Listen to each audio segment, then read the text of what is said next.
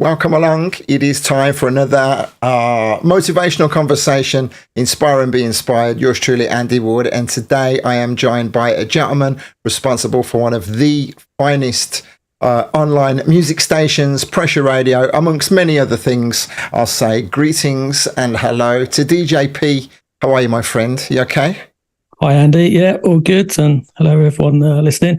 Thanks for having us along, by the way. You're more than welcome. I always have to draw reference to the fact that my eyes constantly flit across the screen when we begin, because as I'm sure you're aware, there are so many different things that can go wrong. And as we saw before we went live, I had to reboot my computer. So I'm just making sure that everything is working perfectly. The audio appears to be fine.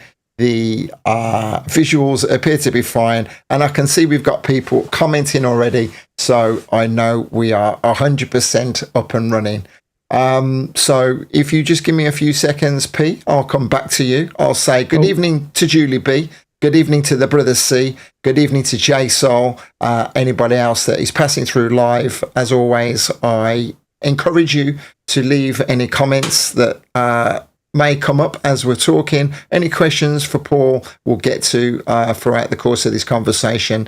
And of course, everyone coming back and checking out the recording, I thank you for your comments as well. Mr. Langford joins us. Good evening. So as we begin, I'll continue welcoming our friends along. So DJP, aka Paul Izzard, is it Izzard or Izzard? How is it pronounced? Apparently it was Izzard, and my mum changed it to Izzard. Okay. But lots of other people say Izzard anyway, so. Okay, a little bit of a buquet, bucket. That's it, yeah.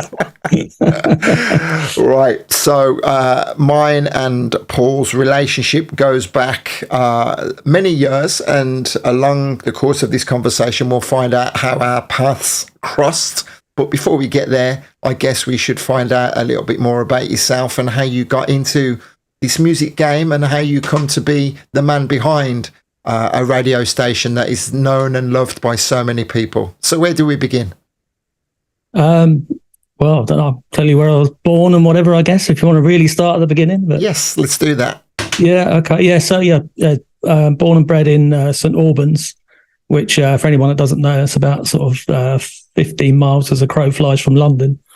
So it's a place that most people have heard of, because any roads going north, you kind of go past St Albans. So it's a big coaching in town for that reason. I didn't realise it was actually so physically close to London, only 15 miles. As the crow flies, yeah. Wow.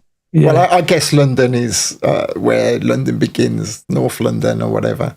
Yeah. Okay, carry on. So did you give me a year when you were born? Oh, 1964. Okay, right. Yeah. So we're just on the verge of colour televisions. Yes. Always like to throw that one in there. Good evening, Schoolie. Good evening, Carol, a.k.a. the Groove Junkie Diva. We'll be sure to be talking about you a little later on. Okay, so 64, brothers and sisters? Yeah, one sister, Suzanne. Yeah. Mm-hmm.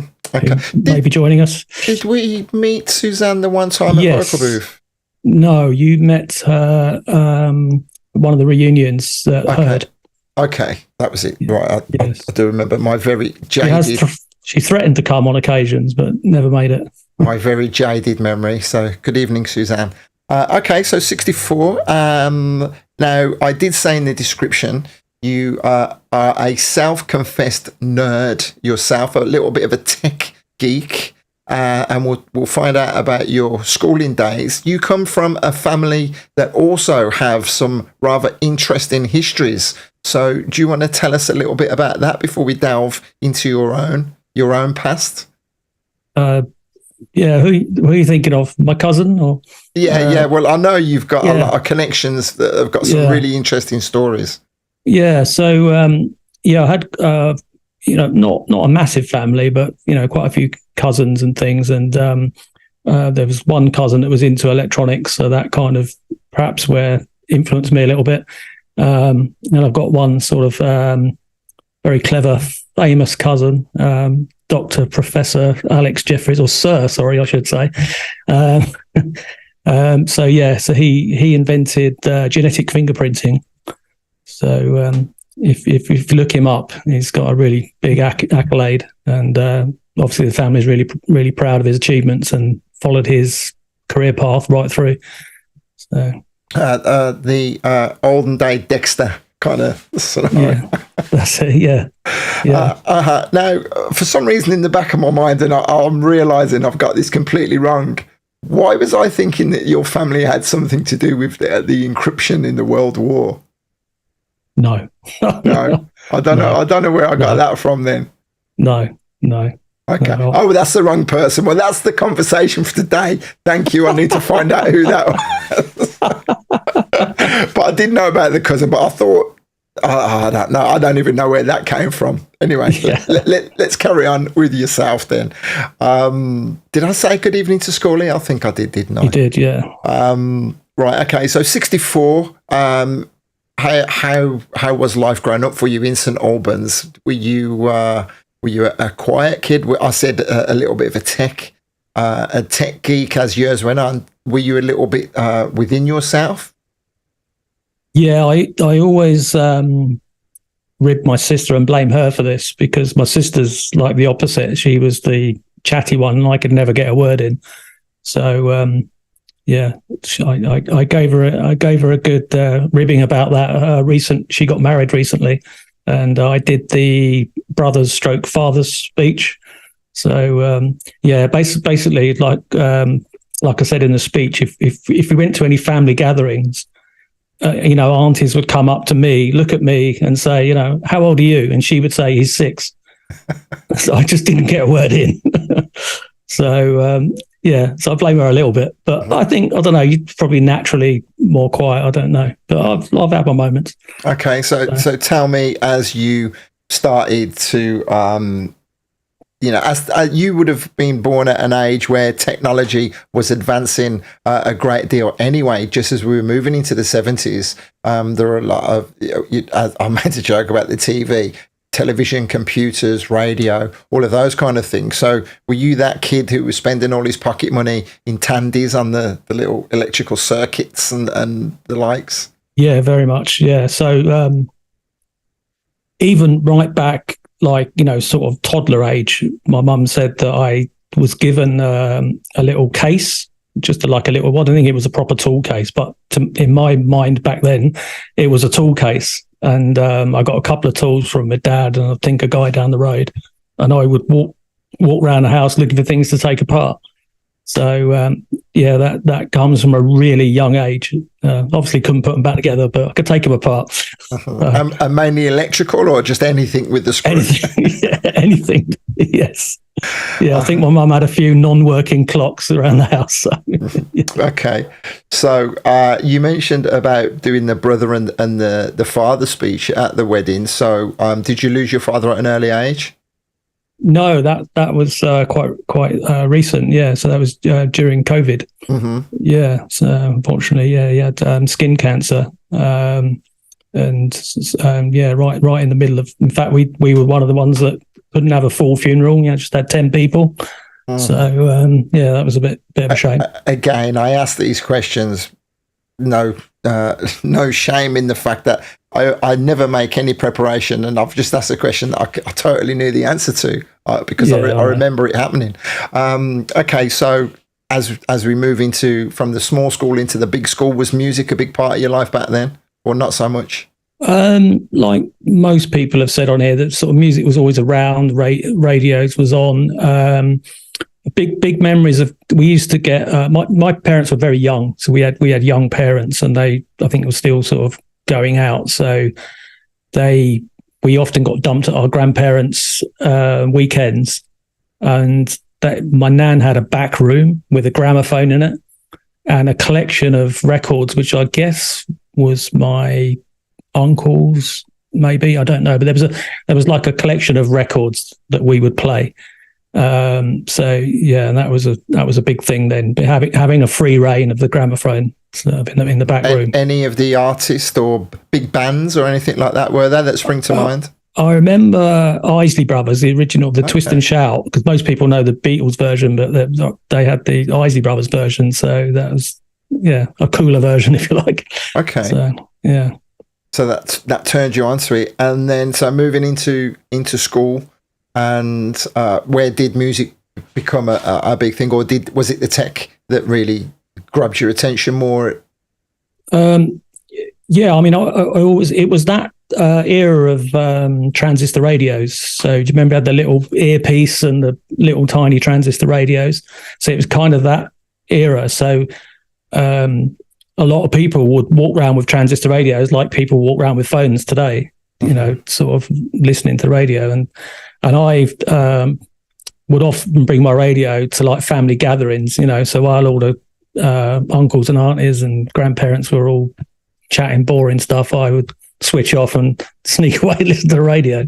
So well, I always remember when I was at school coming home and doing my homework listening to the radio, but I'm always quite envious of people who can reel off a lot of the names of people that they listen to and look up to.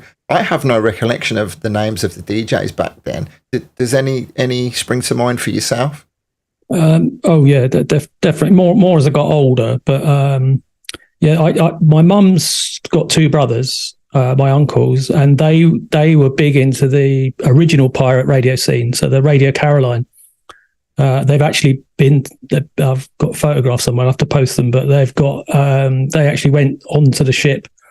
So they must have told me stories about that, because that stuck in my head. I don't remember really listening to Caroline, but I was aware of it through them. So that was probably my first introduction to pirate radio.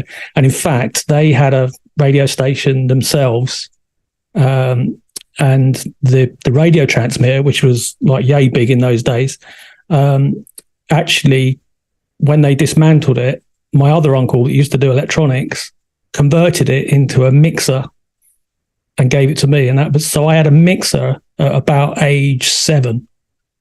And no one had mixers then. I don't think there was even many of those, the old, you know, DJ double decks things. It was to be able to mix from I had a one record deck and one tape deck.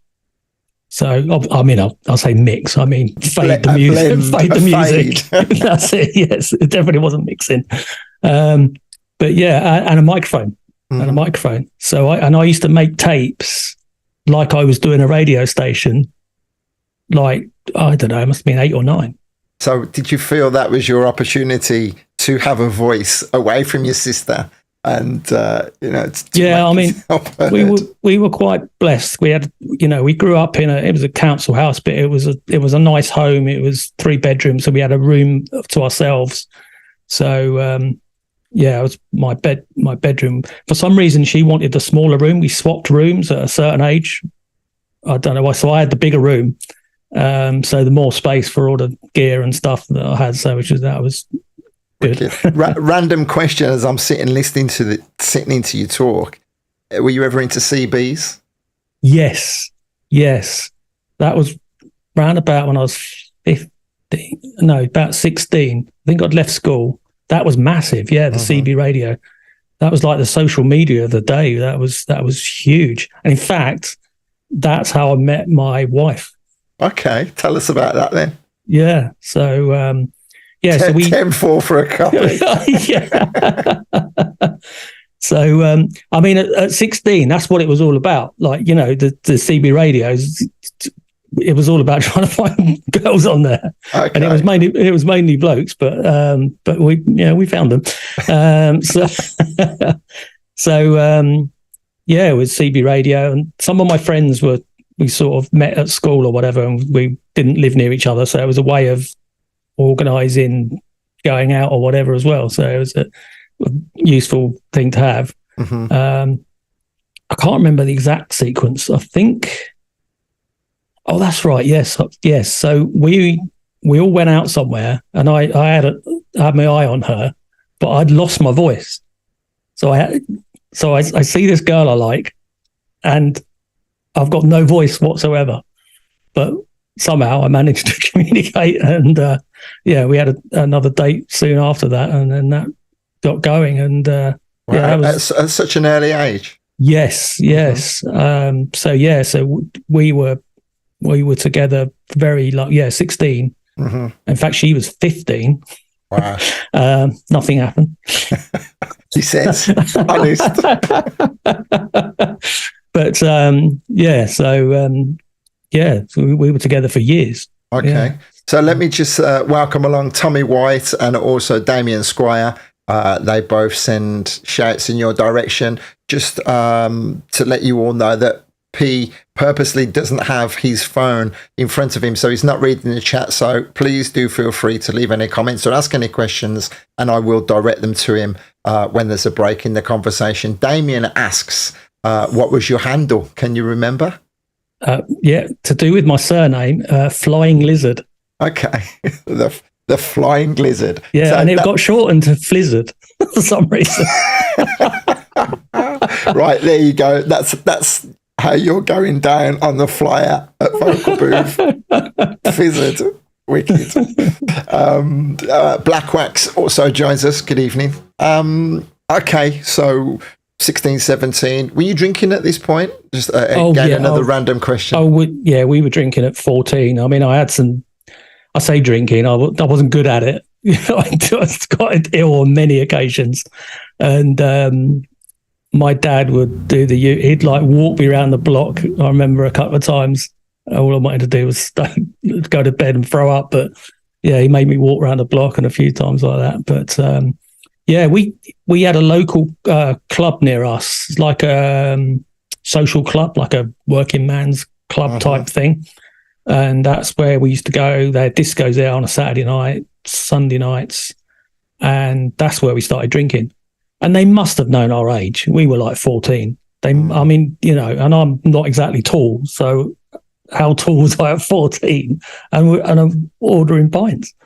Yeah. Well, it was just the way, wasn't it? It was a completely different era. Different area. Good evening, Andrea. How are you, my dear? Okay. So, settled down at a very early age.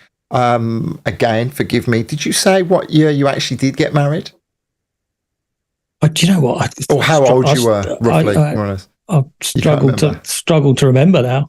It was quite a few years later. We were not married, and then we had my son, and then got married, then had my daughter. Okay. We were living together. So yeah, that was.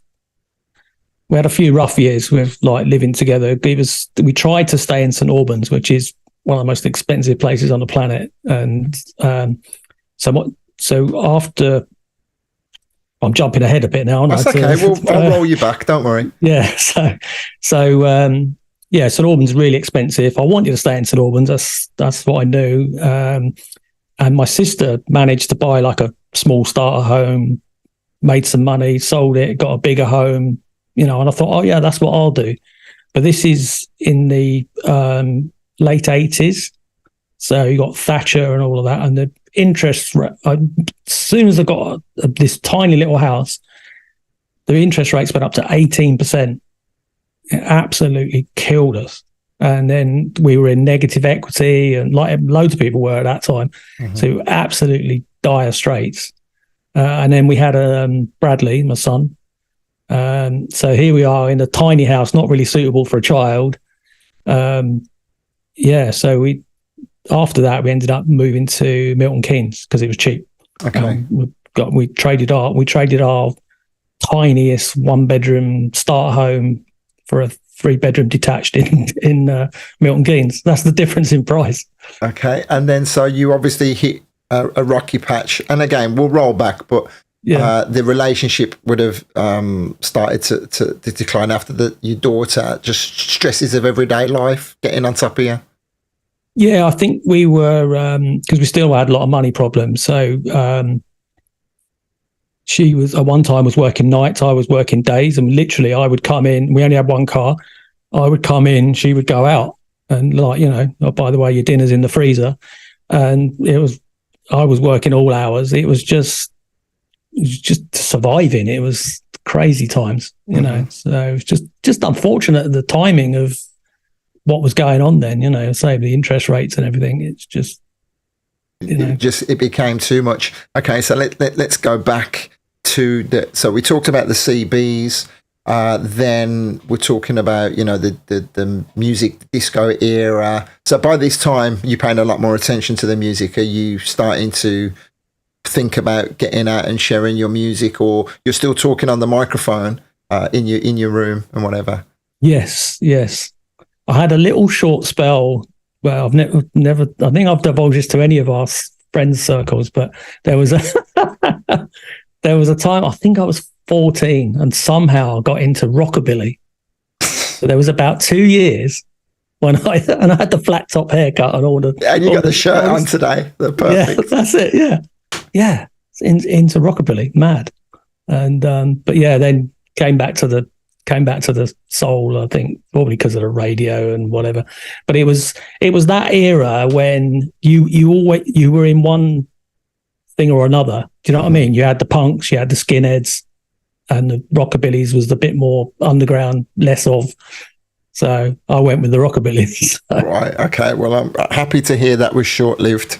So where does the journey continue? Where you feel that there were important changes, and you really found, where you thought, okay, yeah, this is what I want to do now. I'm quite good at this.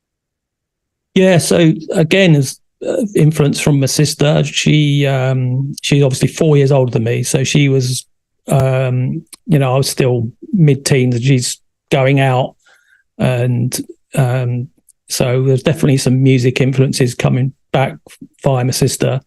And obviously, like I said, discovered the radio. And it's like many my age from my area, Robbie Vincent. So yeah, Saturday mornings, religiously listen to Robbie Vincent on Radio London. And that's when started hearing all the, American imports and the sort of proper underground jazz, funk, soul. And that's I was glued to that. And he used to do some outside broadcasts, so places like Brixton Park and places like that, where he'd take the radio show and do it live. So because still wasn't really old enough to go to, this is about 77, 78, so I wasn't really old enough for clubs, but you could go because train to London from St Albans is like 10 minutes. So yeah, we'd go up there and go to these parks, and and all the groups were there. All the the mafias of the different groups were all there. So it was good introduction into the scene. So yeah, it was good. Okay, and so sound system wise and things like that. When you say all the groups were there was just a one road show, but you would have all the different cliques of people coming together and different DJs. Yeah. They used to bring their banners, and a lot of them had their own T-shirts and all of this. I was probably a bit young to be part of that, but yeah. So very tribal. Yeah. It was the people like the Brixton Frontline, and the Watford Wallies. They all had these names, yeah. And then later on, when I started going to clubs, so that my sister took me to my first proper club, which was that was Capital Radio. So that was another radio moment, the birth of Capital Radio. So growing up, there was the BBC and nothing else. There was no other radio stations. It was no commercial radio stations whatsoever. So Capital Radio was the first commercial radio station. So that was a big start of the difference in radio. And that had a lot of pirate radio DJs on there from the ship days, the old pirates. So that was interesting. But anyway, so Capital Radio, that was a DJ, Greg Edwards. He did the best disco in town at the Lyceum Ballroom in London, Leicester Square. So that was, my sister took me there. She must have chatted up the doorman or somehow got me in at age 15 or 16, I think it was. Yeah. So, they used to go live on Capital Radio, so that was quite exciting at the time. Real fond memories of that. Right. Well, Carol already said the Lyceum in the 70s. Monday nights, we're talking about the same thing, or Yeah, I think that was a Friday night. Yeah, when he used to do the Friday night. But they did have other nights there. Yeah, and it was a proper, still there, it's a proper old ballroom. So it was a good atmosphere.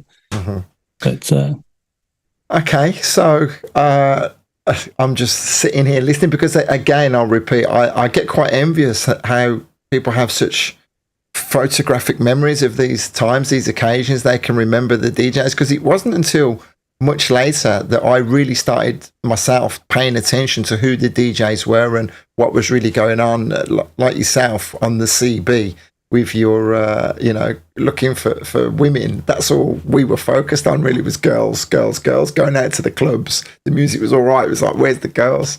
But yeah, so it's really interesting to hear your tales.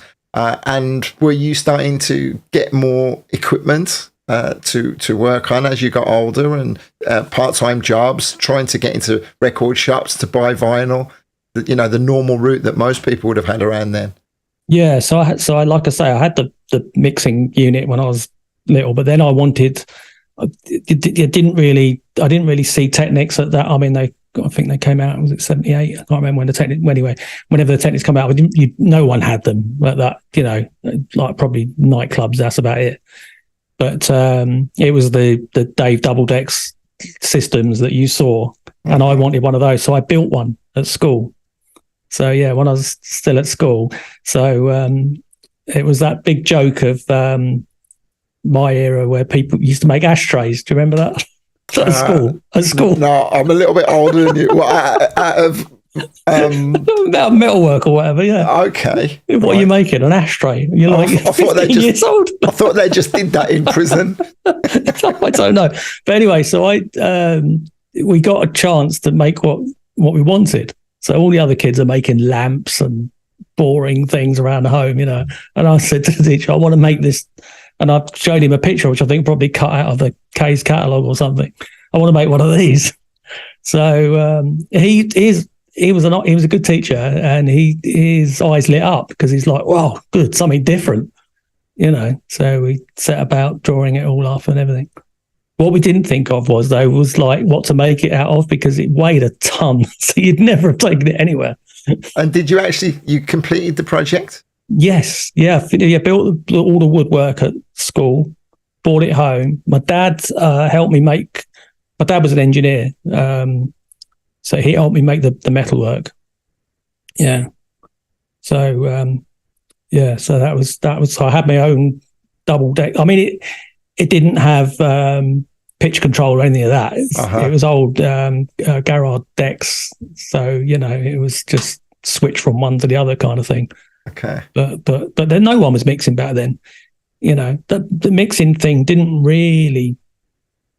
I mean, there was you've heard mention of DJ Froggy, but so Froggy was about the only one that was kind of really mixing soul scene, until house, and then everyone started mixing once the sort of house arrived. But yeah, well, I'm sure that down the months that I've been talking to people, there have been others reciting different names, and we watch the documentaries and we read the publications. That's all gone clean out of my head now. But this is about your story now. So you built the decks. How else does it progress? Yeah, so I used to get take that to parties, like about 3 people lifting it because it was so flipping heavy. But and I started collecting records. So it was all, I mean, still is, I'll say back then, but it was all about the your record collection, because I say the ability to be able to mix or blend or any of that stuff, it had no meaning back then. So it was, what records have you got? And if you had the sort of latest imports or playing the tunes that Bobby Vincent was playing at the time, then you would get, it wasn't really DJing. You just get invited to the party because you had the records, and you'd bring your record. I'll bring your records. So I see why you're inviting me, but it meant you got to go to the cool parties. You would get the kudos as being the person with the good ear. So that must have brought on then the weekly pilgrimage to the record stores. You must have got connections with the people behind the counters. Yeah, we literally, and it was so, when you think back, like from what people were earning and like how much they cost, records back then, they're really expensive, especially imports. So yeah, I was just buying them with pocket money. So yeah, so you had to really be sure on what you bought.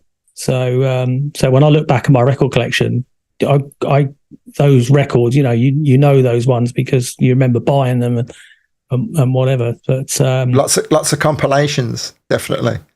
Not really, no, because we always try. The mecca was to try and buy the 12-inch. Okay. It was all about the my first 12-inch record was Chic Dance Dance Dance, which was one of the first 12-inch records on the Atlantic label. And I played it, and I remember. But yeah, so, and you had friends around, you'd show them, look, it's a 12-inch. Look, I've got the 12-inch. And everything back then was classed as a 12-inch disco mix. Even the reggae on a lot of the Snoopy's collection, even on a lot of those releases, it says 12-inch disco mix, and it's like a reggae record. Or Giant Single, they used to have written on them, Giant Single. So but yeah, weren't interested in the 45s. I mean, I was never into that sort of northern soul. That sort of that was more the 45s, wasn't it? The sort of it was, to me, it was the jazz funk, the soul, the soul, and all that side of it. So you weren't motivated by the rarity of a record. You just wanted something that was good and getting it up front, because that the 45s was probably leaning more towards that angle, right? Yeah, it was a bad habit, expensive habit to get into, because that's, like I say, Robbie Vincent was the first to break records. That's why you listen to Robbie Vincent. I mean, it's a good radio show anyway, but we were in absolute awe that he would get these records, and you'd never heard them before. That was the way of hearing them. There was no internet. There was no other way.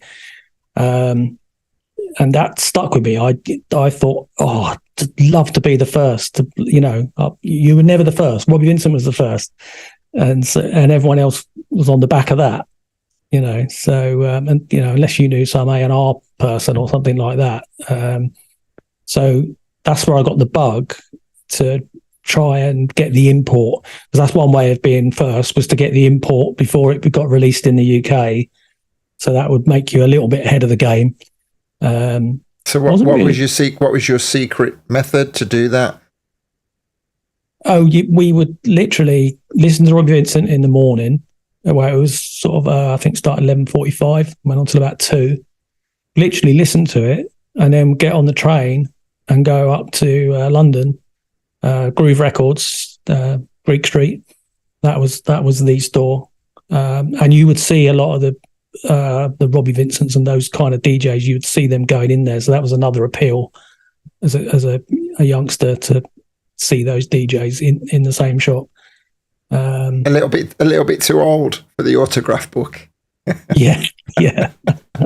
Well, we've got Carol and Charles having a nice little chinwag inside the chat here, talking about some of the record shops Saturday morning and Wednesday feeding frenzies when the deliveries were out and about. Okay, so obviously you're getting older now, and you're starting to. Did you ever, as you were able to get into more clubs, did you ever start to move further afield? Did your, did it expand the distance that you would travel? Yeah, I mean, there was a lot of things on. So in the 80s, it sort of that soul funk thing exploded, and there was nights every night. You could go somewhere every night of the week. So there was loads of things on local that we would go to. There'd be a certain DJ playing on a Wednesday and a Thursday, and this is when I was working. So I don't know, it's youth, I suppose, but we used to be out all hours and still go into work. There's many a time where I never got any sleep. Just went into work. I think you grab an hour in the toilets at work and have a quick kip. So what was the job by this point? What career had you gotten yourself into? Oh, okay. Yeah, that's another music influence, actually. Yeah. So my first ever job leaving school, I was the first person. So I did, going back to school, I did terrible at school. I'm a dyslexic, but I also missed a couple of kind of critical years when I was about 7 and 8, because I was in hospital. I had pericarditis. So it's basically it's the membranes around your heart. And so you could hear my heartbeat 12 foot away. Wow. It was a really weird thing. And the doctor obviously heard it and like absolutely not heard it before anyone done that, and got taken to hospital, but they didn't know what to do. Nobody. So they put me on penicillin because they didn't know what it was. And the doctors were coming from all over the place to the freak kid that's you can hear the heartbeat. And they thought it was rheumatic fever at one point, but it was the actual effects of it is pericarditis, the swelling of the parts around the heart. So that happened, I think I was about 7 or 8, but then bang on. So I was in hospital about 7 or 8 weeks, I think. Yeah, but then I had to take it easy. They sort of put me on penicillin, and I wasn't allowed to do much, like, to sort of take it easy. But the weird thing was, the exact same day, the next year, I got it again to the day. And that's why they think I had a lot of allergies as a kid. So they think it may have triggered from an allergy. Okay. So, but yeah, so I went through it all again. So you started to tell us that story when I asked you about work. So how is that related? Yeah. I asked you about work. You said that was music related. That right. Triggered the memory of you going back to that illness. Right, sorry. Yes, I know why now. Yes, sorry. So yeah, missing a bit of school, being dyslexic, and dyslexic was not a thing then. I'd never heard of it until I was an adult. So I just struggled all through school. And when I went to school in the 70s, it was, bright kids at the front, all the thickos and kids that mucked about at the back. So, and really it should be the other way around, they're the ones that need more help, but kind of just pushed you to the back. And I just, the way of teaching then was just write a lot of stuff on the board and you're supposed to copy it down. I'm dyslexic. I can't even read my own writing. It was absolutely pointless, way of teaching me. And I wasn't really interested in history or geography. I don't know. I wasn't really interested in any of it, to be honest. I wanted to learn about science and electronics, but then that's just junior school. You don't really do proper science, do you then? Oh, the other thing, going back, sorry, I'm going to go back even further now, was at my junior school, I was doomed for education, absolutely doomed. So my infant school, as we called it then, they had this thing called learning readiness. Okay. It was like one of these 60s experiments. So you'll learn when you're ready. You were never ready. I just made things out of toilet rolls all day. I was just yeah, absolutely mad. Yeah. But I did absolutely freak them out because I made, you get all the tissue boxes and you make things and robots and things. I made a robot, but I got a battery in a bowl and I made the eyes light up. And they were calling all the teachers, how does this thick kid, how does he know how to do that? So so that was a moment in time. There was also another moment in. I'm going to stop you giving me moments in time. Right. Get to the point. I asked you about what job you were doing to pay for all the records. Anyway, so the point was, I was the first person in my year to get a job. Okay. Despite my crap education. So yeah, that was quite an achievement. I think I was partly helping my mum help me write letters and things, but basically wrote a letter, told my story of how I did electronics and whatever, and managed to find a small local company. And that local company made church organs, electronic church organs, not pipe ones. So it's a music job. But I couldn't play a keyboard or anything, but you learn where middle C is and you learn to test the keyboards and you wiring up all these keyboards. So kind of in my element. They're kind of like very rudimentary Hammond organs, right? They actually had a Hammond B3, is it? They had one there. Okay. Because the guy that ran it, was mad into organs. In fact, he ran the organ society for the country, so he was proper organ buff. So there was all sorts of things in there. But these were like for big churches. So some of them had like, speakers tall, I'll say taller than me. I'm not very tall, but tall speakers. And they'd have like 15 of them. So they were like a proper sound system because they were to get that bass for the organ sound. So when the boss went out, he used to go out servicing it was a really small company, tiny. It was like 5 of us. So he used to go out servicing and fitting the organs. So he'd be out all day. So we'd have them big, massive speakers hooked up to the radio, and we're blasting out music all day, and we're on alert to when he'd come back. So, and that was the when the pirate radio first started. The Horizon, JFM, Invicta, all those early pirate stations, early 80s. That's about 82, round about there, 81, 82. So we used to. Luckily, the other guys that worked there liked soul music, thankfully. So we had that on all day. Yeah, it was fantastic. Yeah, beautiful. Well, we're getting a lot of organ innuendos, as you would expect. Good. Yeah, I'd expect that from everyone inside the chat. Pugwash joins us. He says, "God damn, I forgot this was on." Well, you can always roll it back, brother, and see what you've missed. It's just taken me 20 minutes to get what DJP used to do for work out of him. So that's all we've missed, really. We're so good. We're having a nice little trip down memory lane, us Pressure Crew, amongst others. So you're talking about 81, 82 by this time.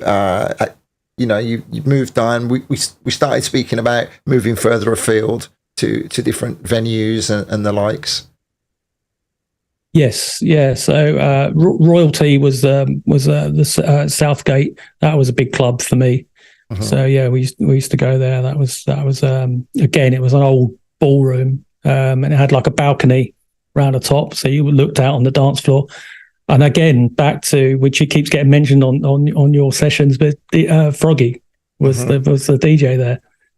So he had his sound system based there, sort of, which was the sound system of the time. His sound system that he'd built up. So yeah, a lot of people always mention him, highly revered. From your perspective, what was it about him that was so amazing? What was it about his sound system that was so amazing? Yeah, I mean, there was sound systems was the reggae thing, wasn't it? Really, the sort of London sound system. So I was obviously aware of those, but actually, in a club, his was one of the big systems in a club. That actually got some decent volume and bass out of it. A lot of the your Tracy and Sharon type clubs were they didn't have very good sound systems at all in them days, and they played rubbish music anyway. So it was a way to experience a decent sound system back then. So, but yeah, he was the man. He was like, because he was mixing. When I listen back, it wasn't perfect, but no one was mixing, and considering the bad timing on all the records, I mean, yourself, when you try and mix those old 70s tunes, it's a next level, isn't it? Because the tempo's going all over the place. Because live drummers who were terrible at keeping the beat until drum machines came in. That was the issue, Yeah, very much. Yeah, and it didn't matter. Like, no one. Why would you need to be in time? It was only until later on house music and that really. Yeah. So yeah, that was a big thing going to the Royalty at a young age, and again they had all the different groups there as well, and it was just amazing atmosphere back then, just incredible.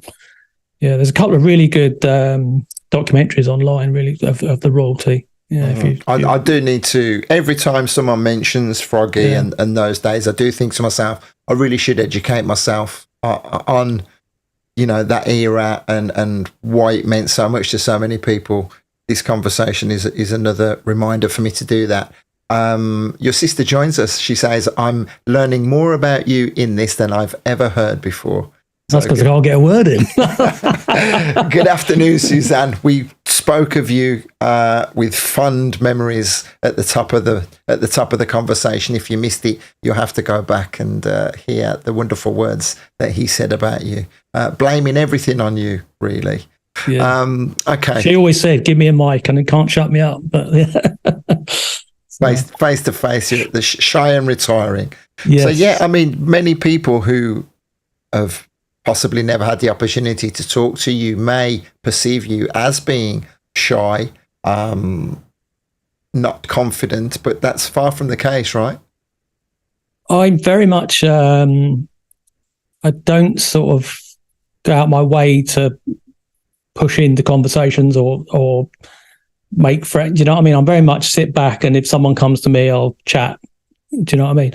And I struggle to hear in clubs, so don't try and talk to me in a club. I can't hear a thing. I don't know if it's years of DJing and whatever, but can't have a conversation in the club if there's loud music. So I'm much better if you take me aside on around the poolside or somewhere. I can have a chat. That's it. That's the beauty of some of those moments in Campermore at the Vocal Booth weekend, where we got to connect properly after the madness of the main weekend, having some real deep conversations. And I do have a couple of questions to ask you a little bit later on that will come back to, you feeling comfortable talking to people, not wanting to instigate the conversation, so to speak. So rather than us getting lost in the journey of trying to pinpoint every specific moment, is there a time where you start to get some recognition, either as a radio DJ or as actually going to play me? When people were saying, "Come to the house, you've got the great records," was there a moment where that progressed, and then all of a sudden it's DJP? Actually, sorry, it's Fizzard, the DJ, or whatever you that you actually said, "Right, I am a DJ now." Yeah, I can't pinpoint a time where that sort of, I'm a DJ. It was a very slow progression, I think. I guess, again, back to the radio, I started my own pirate radio station early 80s. Is this using your uncle's equipment? No, it's what I built. Okay. Yeah. So I did actually post something about this on Facebook the other day. But yeah, basically, Sundays on every single legal radio station was the top 20, which we didn't want to hear, So if you're a pirate radio station, that's the time to play, because everyone that doesn't want to listen to that is going to be interested in your music, and it's the alternative radio. So I started broadcasting from my bedroom across St Albans and beyond.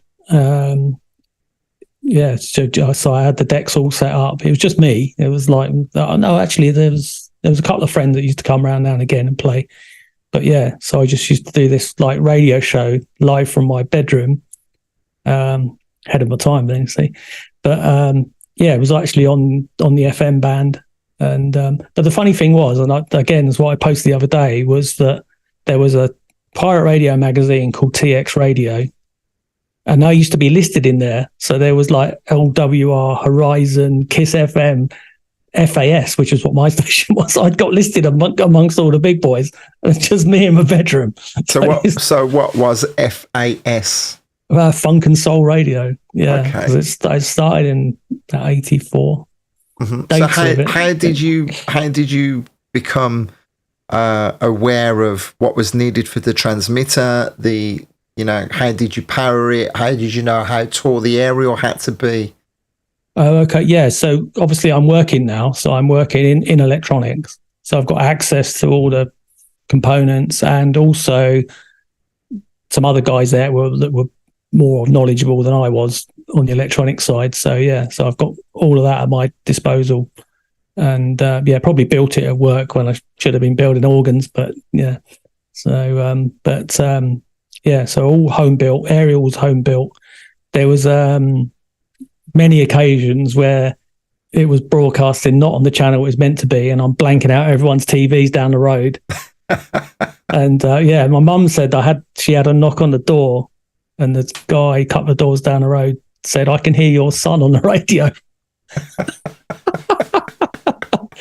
So so that was the, like, okay, I'm a DJ now because I'm doing a radio show. So that was, and then I joined a radio station in Luton after that, like I call it a proper radio station rather than in your bedroom. That was Jive FM. Yeah, so that was we're talking probably 86, 87. The dates are really hazy, but yeah, sort of late 80s. It's kind of just before house went crazy, like 88 was sort of when it went mad, wasn't it? So it's early days of house still. That's another thing, shopping for records. I remember listening to Jazzy M on LWR. He was the first DJ that I know of playing house music, and it was this new thing and it sounded different. And I remember hearing that. I went to, I can't remember what record shop it was. I went to a couple of record shops in London, and I said, "Have you got any house music?" And no idea what I was on about. Right. Yeah, that would have been in about 84, 85. Yeah, didn't know what it was. Yeah, and I just heard it from listening to Jazzy M. Yeah, so that was a big moment.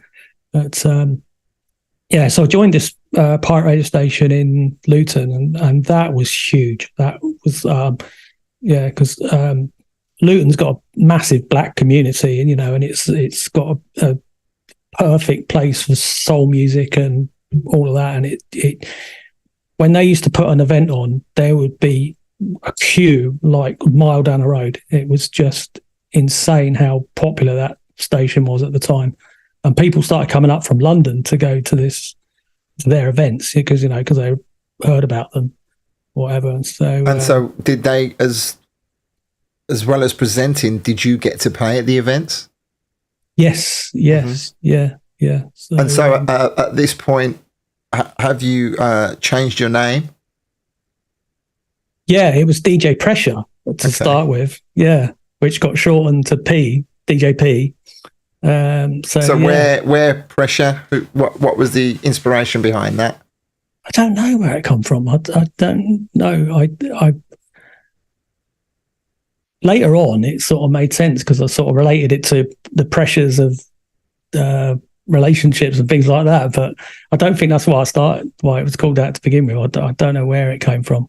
Okay, DJ Pressure, Jive FM. This is that used to do these events. Yes. So there was a guys that run it was Wayne Mills and a guy called Danny Lewis, and Glenn Lewis, brothers Glenn. Yeah, his brother. Okay. Yeah, so it was that's my connection to Glenn. So it was those two that run it, and then again because of my technical abilities, they started it in a bed set. They just rented this bed set and used to go up in this dodgy terraced house and go up these stairs. And there was when you joined the pirate radio station, you got given the graveyard shift at 3:00 in the morning. That's that's where you start until they know if you're any good or not. So I remember turning up early hours of the morning. It's dark. I went through you used to go through the back gate. Bear in mind, they're like Coronation Street type houses. Went in the back, got halfway up the stairs, realised I was in the wrong house. In Luton, which is quite notorious. So, managed to get out of there alive. And then went in the right house. I think I was one house out. But, Jesus. That we had to be really different quiet. Story. Yeah, we had to be so quiet because it was in the middle of just a housing estate. But anyway, that was the start of Jive FM, and then I found them a flat. I had a mate. You've got one of those mates that can get you anything, including a flat. He was, in fact, there's a massive story, but I'd love to tell his story sometime because he's in exile now. I've never seen him since the 80s. He embezzled millions in a company and never saw him again. So Steve Carroll, his name is. You can look him up. Anyway, he had a flat, and he says, "Oh, I've got a flat," and he turfed the people out that lived there. So he made way for the radio station. And then we set up as a proper studio because I've got a proper flat, and I went there, and I think I got a bench from work, and I've got all the gear, and I set up all the transmitters. Was it a typical high rise flat with the lifts and the stairwell? It was like about a 4-story, top of a 4-story, so like a masonette rather than a high rise. No, flat. It was flats. It was flats, but it was only about 4 or 5 stories, I think. Okay. Yeah. And it was right near what they call Tin Town in Luton. Anyone from Luton would know Tin Town. There were prefabricated houses made of tin. We called it Tin Town. Okay. Sounds lovely. Yeah, no, it wasn't. So, yeah, it was right near Tin Town. So I helped him set up that. He was a bit of I still see him around online and whatever, but Wayne, yeah, he was the guy that leapt up on the roof, and I saw him do some mental things regarding the roof side of it, like rigging up the aerials. But I was the guy doing the geeky, setting up the studio. So I got the flat, got the studio, and then we're off. It's more of a proper radio station now, and I think they started doing 7 days a week rather than just weekends, because pirate radio in the early days was very much a weekend thing that wasn't really on in the week. Or in fact, it was a Sunday thing to start with. So remind me, before the advent of mobiles, which would have been around, it was much after that, was there like landlines into the studio, or was? Oh yeah, so you'd literally take a mate with you to the studio, and it'd be a runner. So when you did your competitions, he would go down to the phone box. We'd give out the phone box number. yeah. And he'd come running back with the answers. Brilliant. Yeah. And I did a few stints on some pirate radios in Birmingham on the estate that I lived on. And I have very hazy memories of being in the flats, horrible flats, no carpet, very much like people just do nothing. Is that what the show's called, or it's very much just a snapshot of that? Yeah, I love that show. Later. Yeah, for that, I could relate to that in many ways. Like sort of, But that, and like all those pirate radio stations, it becomes a knocking shop on a Friday night, and there's like every kind of drug remnants in there possible, and it's and we used to have meetings there as well. Because again, you just take it for granted now, don't you? You can put out a notice now, can't you? And everyone gets an email, or everyone gets a Facebook message, but there's none of that then, was there? So it was a physical meeting. So he'd go, right, there's a meeting at Thursday night or whatever, and then you'd all have to go to the studio. It was just an hour of taking a piss out of each other, really. Yeah. I get you. Hold on a minute. I've just got a message. I'm just going to put a message to someone in the chat. I'm not going to say it out loud. Right there, because someone's just asking me something. Right, carry on. So Jive FM, everything was rocking and rolling. So then, did you become invaluable?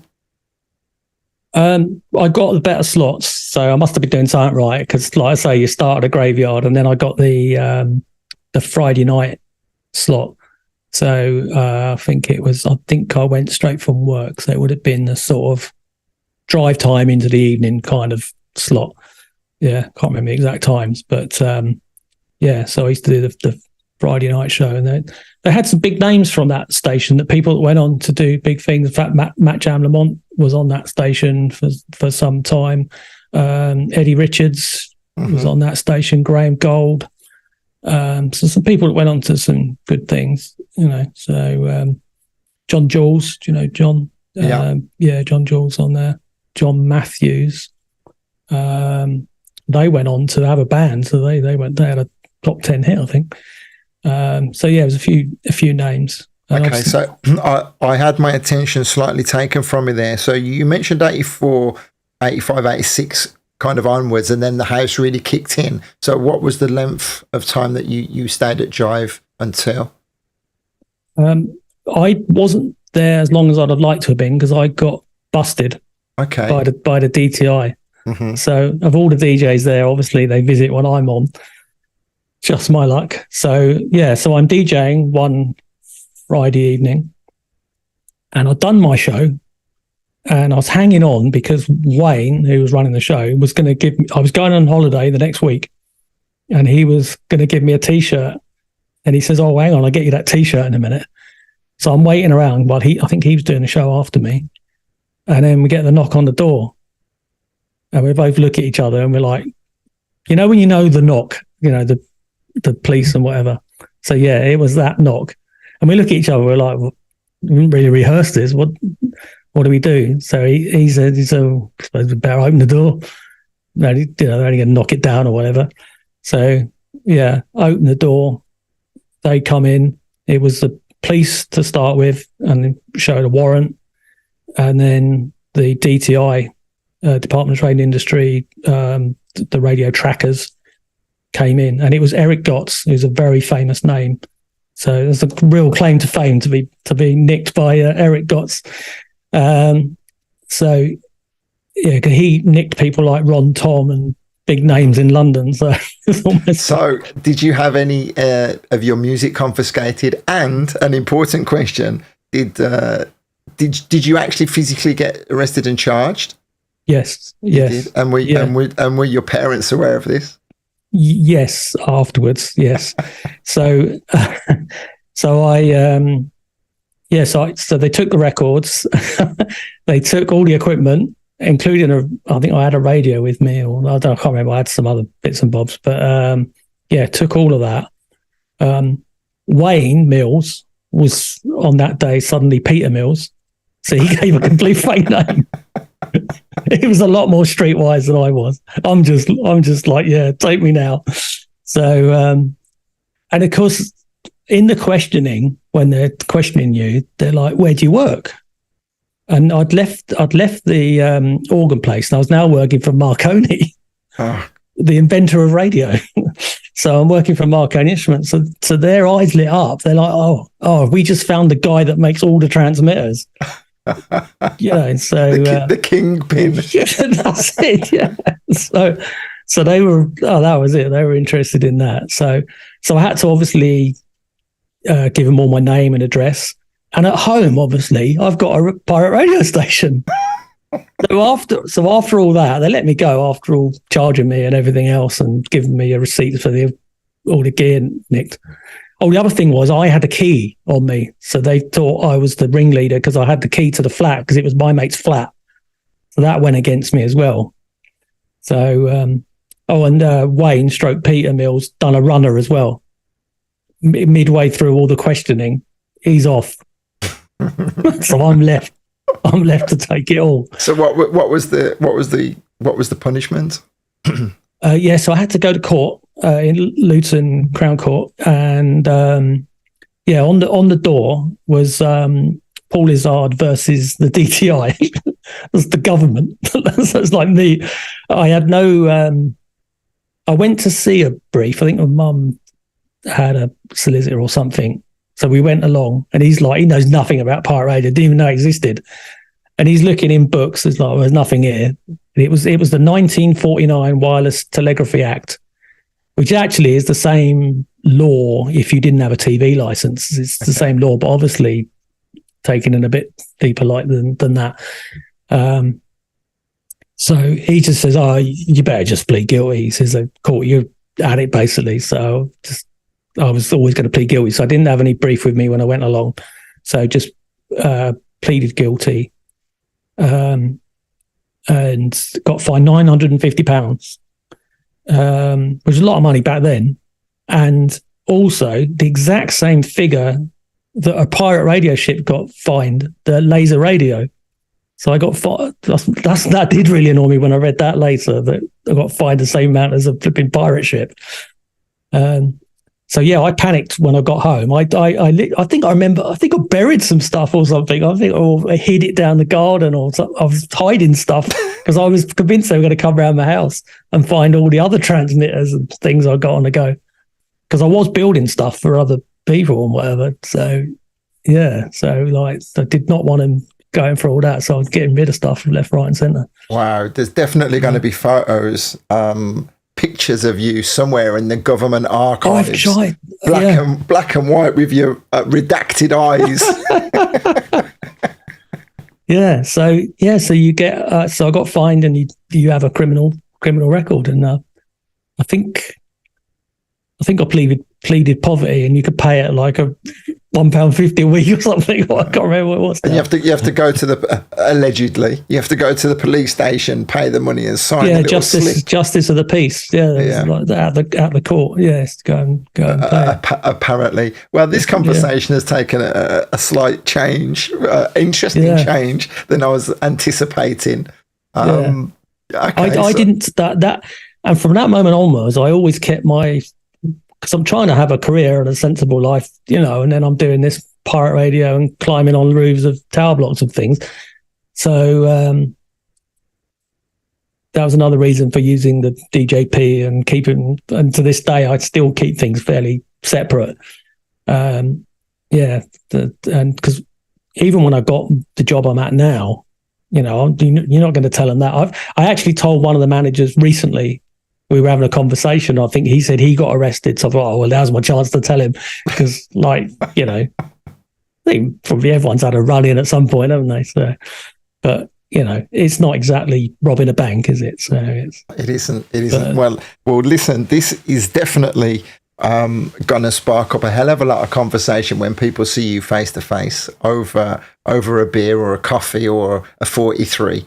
But let's continue to push on forward then about how things progressed with you, and you eventually started your own pressure radio. Yes, so that's quite a bit later. There's a big gap in between that because. Okay, listen. If you think there's important things to put in there, then feel free.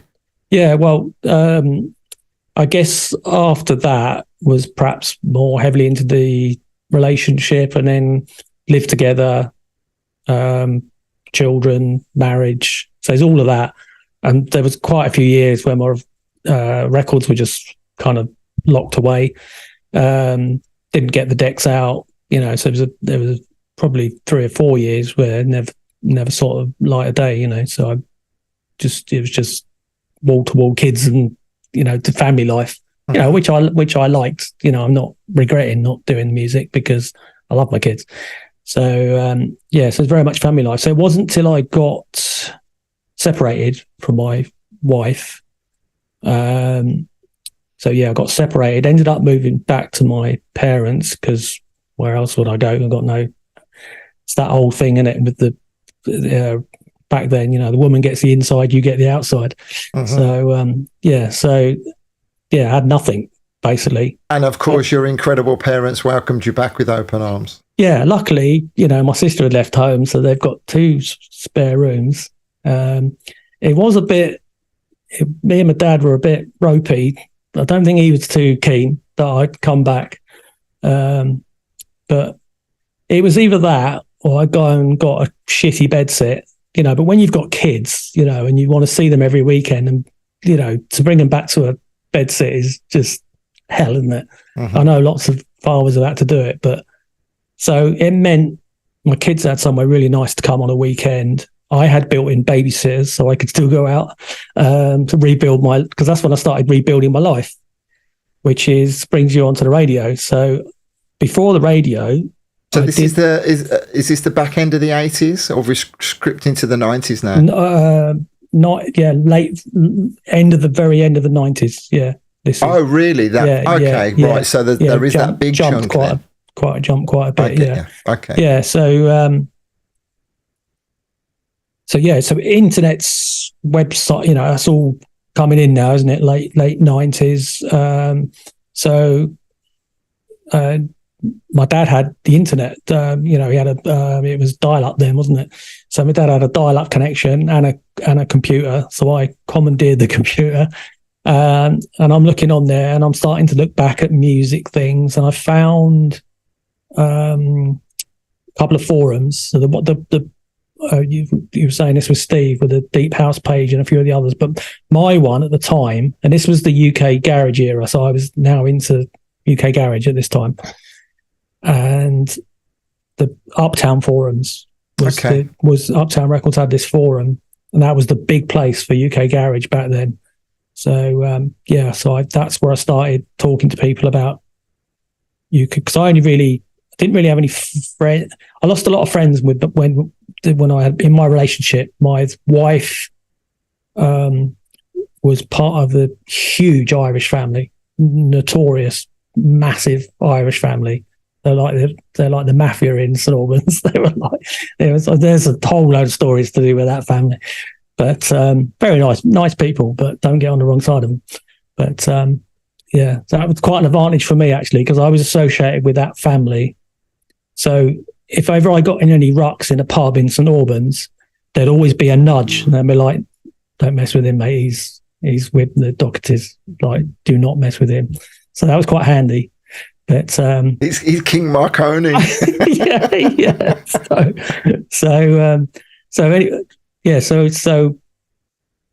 I'd lost touch with a lot of my friends, and because I lived in St Albans, it's so bloody expensive that all of my age, the whole of that generation, don't live there. So I've gone back to live in St Albans with my parents, but don't know anyone. There's none of my friends live there. Live everywhere but St Albans because it's so stupidly expensive. So I start about sort of rebuilding my life, really, and that at the time it was sort of online. I thought music, So I'm looking around and I find this forum and I start talking to people and start meeting people. And one of the people I got in touch with was, that's right, I started trying to look up things to do with Jive FM because I'd lost touch with most of them guys. So I was like, what's going on with that? And that's when I found Glenn, that from Brothers Glenn. Yes, yes. So that I found Glenn, and he was running a night in Harrow, some dodgy little club. So I went there, and I didn't really know Glenn. As I vaguely knew him as Danny's brother. I knew Danny, and they've got another brother. Do you know about the other Chopper? Do you know about Chopper? No. Oh, so so Glenn's got quite a famous brother called Chopper, who was a really well-known doorman in London, and also been in loads of Lock, Stock, all them gangster films. He's in all of those. Okay. Not as a main part, but as a mean-looking dude in the background or whatever. Yeah, so he's in. So it's quite funny knowing him and seeing him in all those films. That's Glenn's brother, one of his many brothers. I don't even know how many brothers he's got. I keep meeting his brothers. But anyway, so I hooked up with Glenn and the other Glenn, the brothers Glenn, and started going to this night that they were doing. I think that was Friday nights or Saturday nights. Can't remember anyway. Started going regularly and meeting people there. And then I'm meeting people on the forum. So I'm now meeting all these sort of mainly UK garage people. And that was a garage night he was doing. And then he did some club nights in Watford. Watford was huge at that time. Absolutely everyone descended on Watford. Do you know the area club? It was the underground club. I'm trying to think who ran it. There's a couple of DJs that owned it.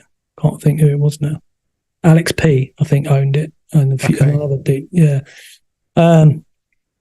So I'm starting to go out and there's another guy called Paul Myers. He was. Do you remember the Fabulous Baker Boys that did a couple of hits? Yeah. He was that. Oh boy, was the big that's one, wasn't it? Yes. So him, and he used to have a record shop, which I can't remember the name of. No, that's gone. Anyway, he had a record shop, and he also did. He had a promotion company. So he used to. A lot of people used to book DJs. Your EZs and all the sort of big garage DJs would book through Paul Myers. So I got to know him, and I started doing this website called Pressure Promotions. I wasn't making any money out of it. I was just advertising nights on, UK garage nights that were on around the London area or whatever. And in doing that, I got invited to clubs, and I didn't used to have to pay to go to any clubs because I was doing all these free promotion for them, basically. So they'd, oh yeah, come down. So I started going to all these different clubs through that, really. And then gradually started telling them, oh, I used to DJ, and then sort of got back into DJing through that. Okay, so that surprises me, your strong connection with the UK garage, because again, I say regularly, we forget more than we know. But I would have never connected you to UK garage because I don't recall hearing you play much of it or talk fondly of it. I mean, I'm sporting the Only Way is Garage beautiful t-shirt nice, this evening, but so that has surprised me, actually. Yeah, so I probably came to it a bit late. I probably missed the start. Well, I did miss the start of it. So I had a bit of catching up to do, and I was searching for the records, the ones from 94, 95. I missed those. I got into 97 around there. So I was like, like when you're shopping for rare grooves, I'm shopping for all the early garage. I've got them all now. Yeah. So I've got a really good UK garage collection. And in fact, so I'm doing this thing called Pressure Promotions. I'm starting to tell people I'm DJ, and I think I've got doing a couple of warm-up sets and things like that. You know what I mean? Nothing major. And I then started DJing more, and then I looked for a radio station to go on, and there was couple of guys that I can't even remember. I'm trying to think when I knew I was coming on here, trying to think of the name of it, cannot think of it. There was a radio station that me and a few other people that I knew went on, and we were dissatisfied with that. So me and a guy called Steve-O started Pressure Radio. Okay. So we've definitely gone over into 2000s now, right? Yes. When Do you know what? I think it was 2002 it started. It's so vague. I don't know why. It's the early part of it. I think it's just it just sort of it wasn't a big launch, and it wasn't a big. Do you know what I mean? It wasn't something we organized. We just started. I worked out how to do the streaming, and this is dial-up. This is 24K bits per second mono. We were broadcasting at, because you had the dial-up was, if you were lucky, you got 56 kilobytes per second. So it's the bandwidth was tiny, and then you needed some spare for your chat room or whatever. So and how many seats were you able? How many listeners were you able to get at the time? Yeah, that was the other restricted. Yeah, by having a lower bandwidth, you meant you could get more as well. That was it. So but that was really popular. There was a bit of a not say resurgence of UK garage, but there was the hardcore element to UK garage. A lot of people had moved on, but there was still that hardcore element, and we got that hardcore element on the early days of Pressure. It was all UK garage. Okay. The beginning of Pressure Radio. Well, I have somebody called Georgina commenting saying it was called Impact before Pressure.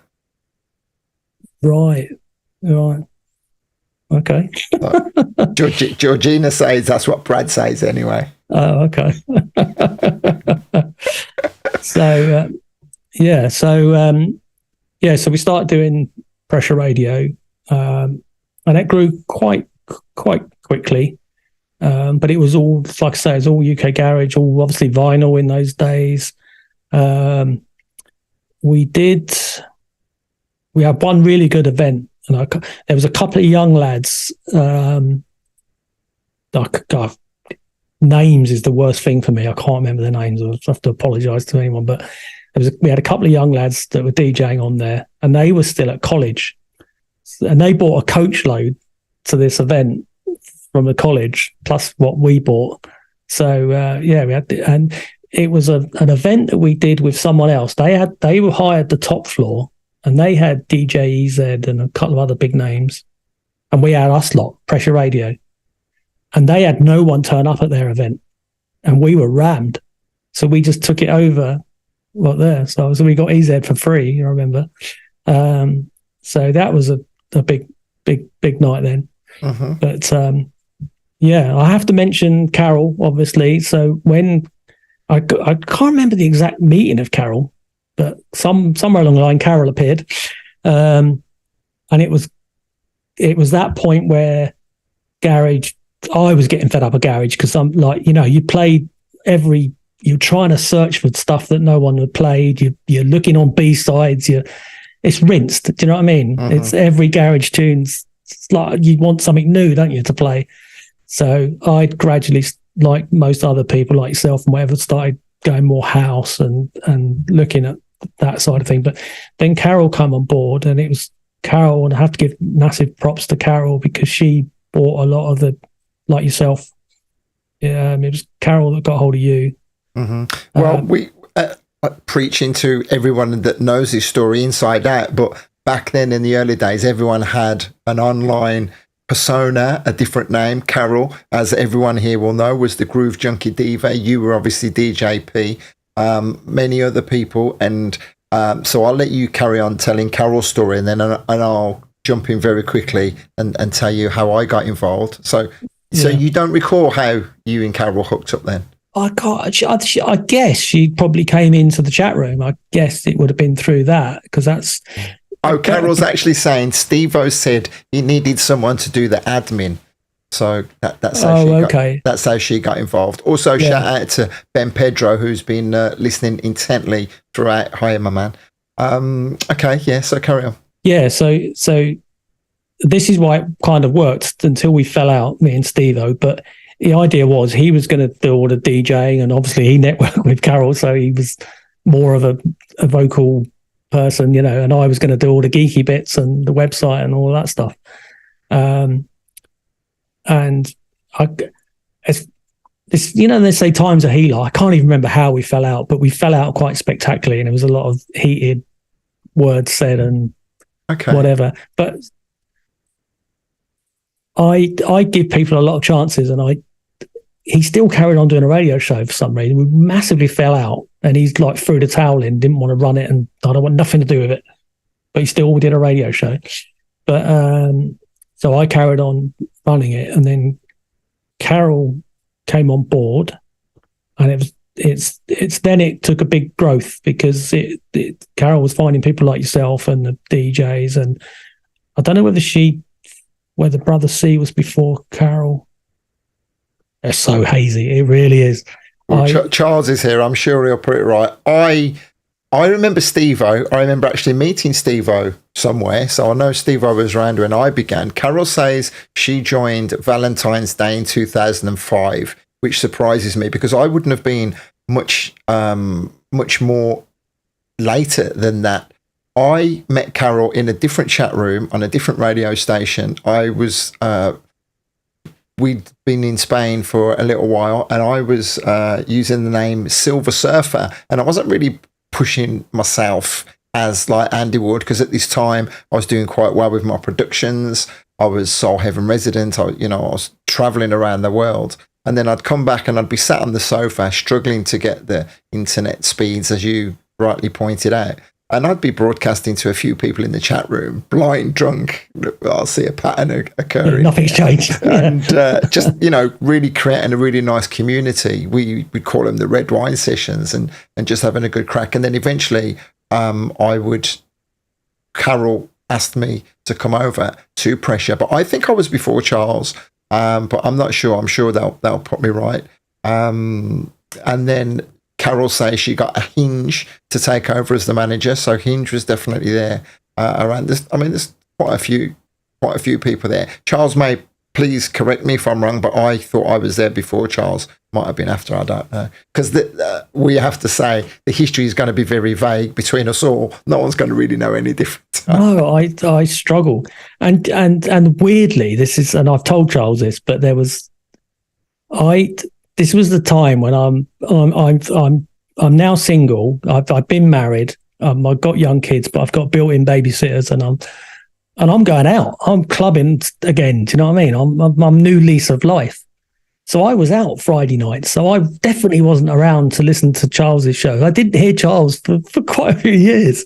I was just I was like hungover on it Saturday morning.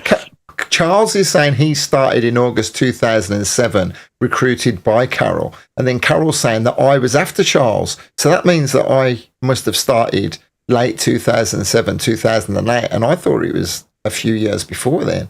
I'm glad you can't remember, because it makes me feel better, because I'm struggling with any of it. Surprises me. But I have got some... I have got recordings of some of the sessions from 2005, 2006 on mixes that I'd done for other stations. I'll have to go back into the archives and find, because I did used to keep a lot of the shows I did back then. But now Charles is saying he came in after me and Cy Sutton. So that is how I remember it. That's what I believed. So between us all, we're getting it to cock. Let's not get caught up in that, because we're talking over things that aren't really that important on the grand scheme of things. Let's talk about how that community grew. There are names that we're going to forget. There are people that came and went. The important thing was the station grew rapidly as the technology grew. I was working on the local FM station here, and then we piggybacked that, broadcasting internationally using... Yeah, because we had the chat room. We had the good chat room. Yeah. So that was it. So there was the chat room was really, that's where it blew up. And then, as I mentioned in the description, the energy and the momentum built for the vocal booth family, so to speak. But Pressure was always standing strong on its own 2 feet, right? So you must be proud of what you achieved. Oh yeah, definitely, yeah. And the chat room was one of the best. That was one of the things. I don't think we didn't invent chat rooms, that's for sure. But the sort of idea of having a proper chat room with the radio station. I don't know whether others were doing it, but we weren't aware if they were. But that's I think this big strength when it started, and this is pre-Facebook. So people would come there to find people. Have you seen? John would turn up and go, "Have you seen Pete in the chat room?" Because he's not there for the radio station as such. It's a meeting place, and it was every evening was huge on the chat room in those early few years. It was. I mean, you say pre-Facebook. I think it started around the time of Friends Reunited, wasn't it? And MySpace. Yeah. MySpace, yeah. Yeah, or MeSpace, as I used to call it. Yeah, me. Yeah. So there were a couple of events put on that everyone would get together and get to meet up. And then eventually they would morph more into vocal booth reunions. But the energy behind the station, and you continue to take a back seat, and Carol was very much at the forefront of running the station, doing the hiring and the firing, right? Yeah. See, I'm family orientated. I still am. I've got young children, so weekends for me were kids, and I'm taking them on a Saturday afternoon and Sunday. I'm taking them out and doing homework and all that good stuff, So although I started and owned this radio station, I used to be there weekdays, evenings was my time on there. So I missed a lot of what was going on weekends. Like I say, I miss Brother C because I'm trying to be a dad, and I'm, when you, well, you wouldn't know, but many others will know that when you separate, a family, you're struggling to keep that family together, and you want to keep seeing your kids, and the kids are everything to me. And so I just gave myself to the kids on the weekends, so that's why I missed out quite a bit of what was going on my own radio station. And that's where I have to give, again, props to Carol, because Carol, ran with it. She's taken it, and Mama, as we used to say, is like the mama of the station. Mama Pressure. Well, you very proudly boast some great DJs on the roster. Way too many for us to mention them all, but of course, John Mateo has been with Pressure for a very long time. DJ Irv was on there for a long time. I remember Scott Wozniak was on there for a while, I think, maybe. Oh, yeah, we used to, I mean, the chat room again, every name going used to, come in there. I remember Kerry Chandler being in the chat room, and I'm like, no, it isn't. No, it isn't. And he's like, it is. I think, I can't remember how he proved it or something. But yeah, the people would just pass through. Groove Assassin used to do he never wanted to go live. This is before he was like really DJing. He's more known for his remixes and productions. Mm-hmm. And he used to send me a recording, and I would do an hour of my show, and then I'd play the pre-recorded mix that he'd sent me. Wow, I forgot all about that. Yeah. And I used to say to him, go live. No, I don't want to go live. I don't want to go. Yeah, and then not long after that, he kind of exploded and was doing all the big events. Mm-hmm. So, well, everyone is reminiscing in the YouTube chat now about some of the momentous occasions that we had. Well, write it down, because I'd love a history of it, because it's just such a blur to me that I'd love, and I feel bad for the people that have been a part of it that I, can't even get the names. So Carol, Brother C, yourself, all those people, please try and write it down sometime, because I would like. Well, we took between us all. We've got little snippets of information. I've shared a fair bit down the years. I remember putting together a graphic about a timetable that I shared a few years ago. I'll dig some stuff out and send it through to you, because there is a lot documented online. And then Carol is saying about the burnt pizza sessions of the Groove Assassin. So many. I documented it in the book when I was telling the story about Vocal Booth Weekender beginning, where we had a girl coming in on a Sunday, or was it on a Thursday night? So I used to do my show on a Thursday night, trying to cook a chicken in a dishwasher. Just mad little things like that stick in the back of your mind, Yeah. But great times and lifelong friendships were made. So, that was going back from 2005 onwards. A few events, and I will keep mentioning about Vocal Booth Weekender, because it was off the back of the strength of the chat room. So relatively speaking, if you had 45 people in a chat room at any one time, that was some going. You didn't used to see that in any chat rooms at all. I mean, your shows particularly, obviously, you had that Birmingham following and the people from Soul Heaven and all the other things. But yeah, I remember Thursday nights you used to do, wasn't it? That's right. Yeah.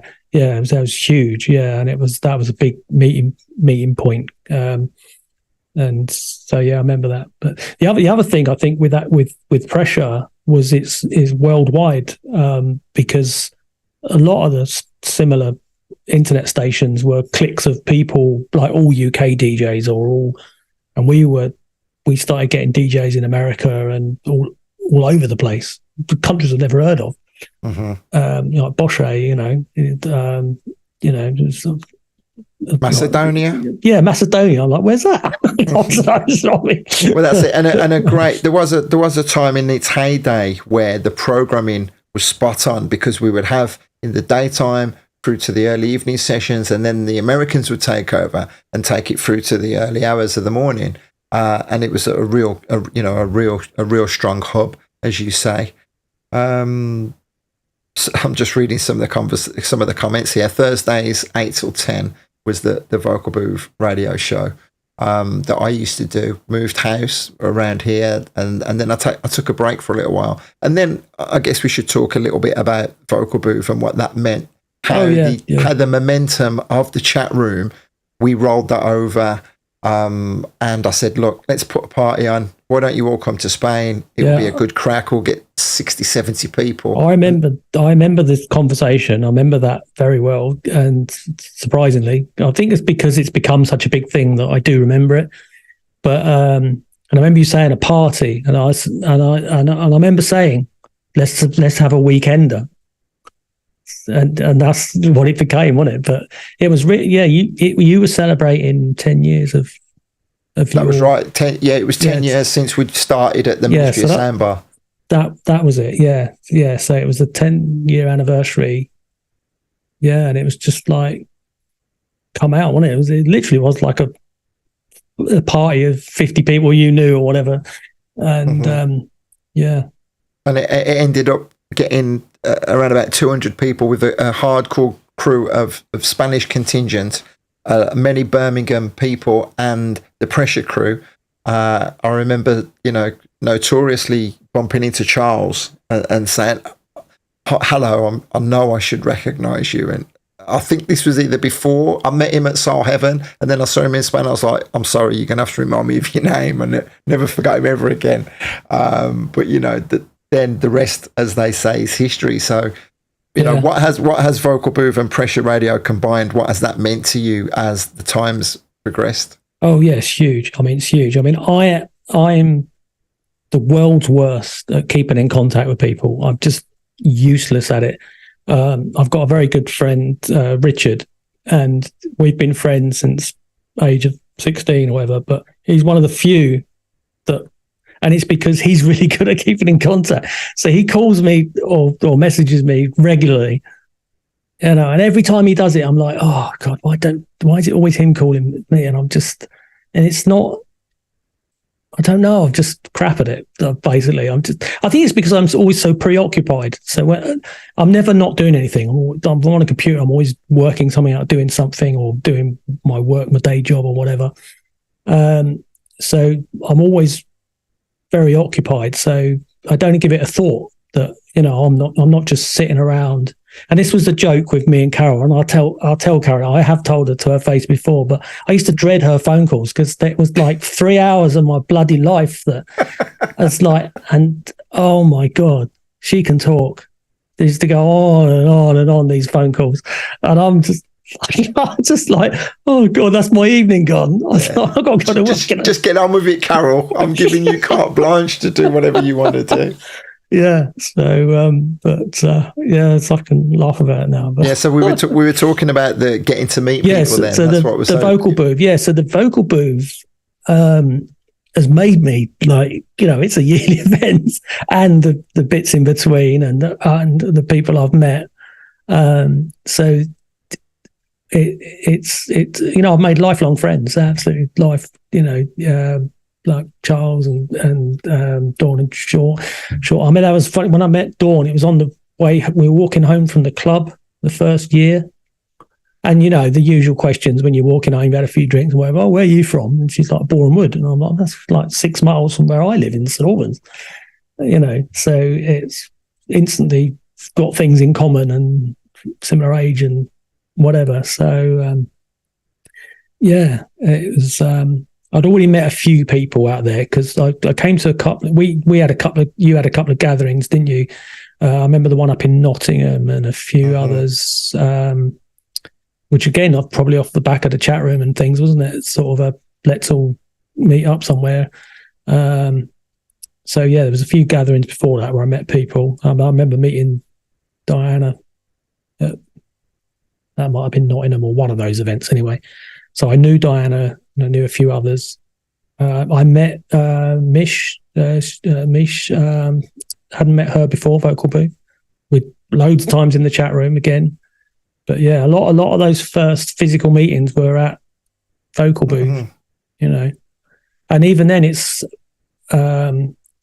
gradual. Because I remember the first Vocal Booth, they were like, "Oh, there's the Birmingham lot, and there's this lot," and then gradually we've all intermingled, haven't we? So, but it was a little bit. Some more than others. Yeah.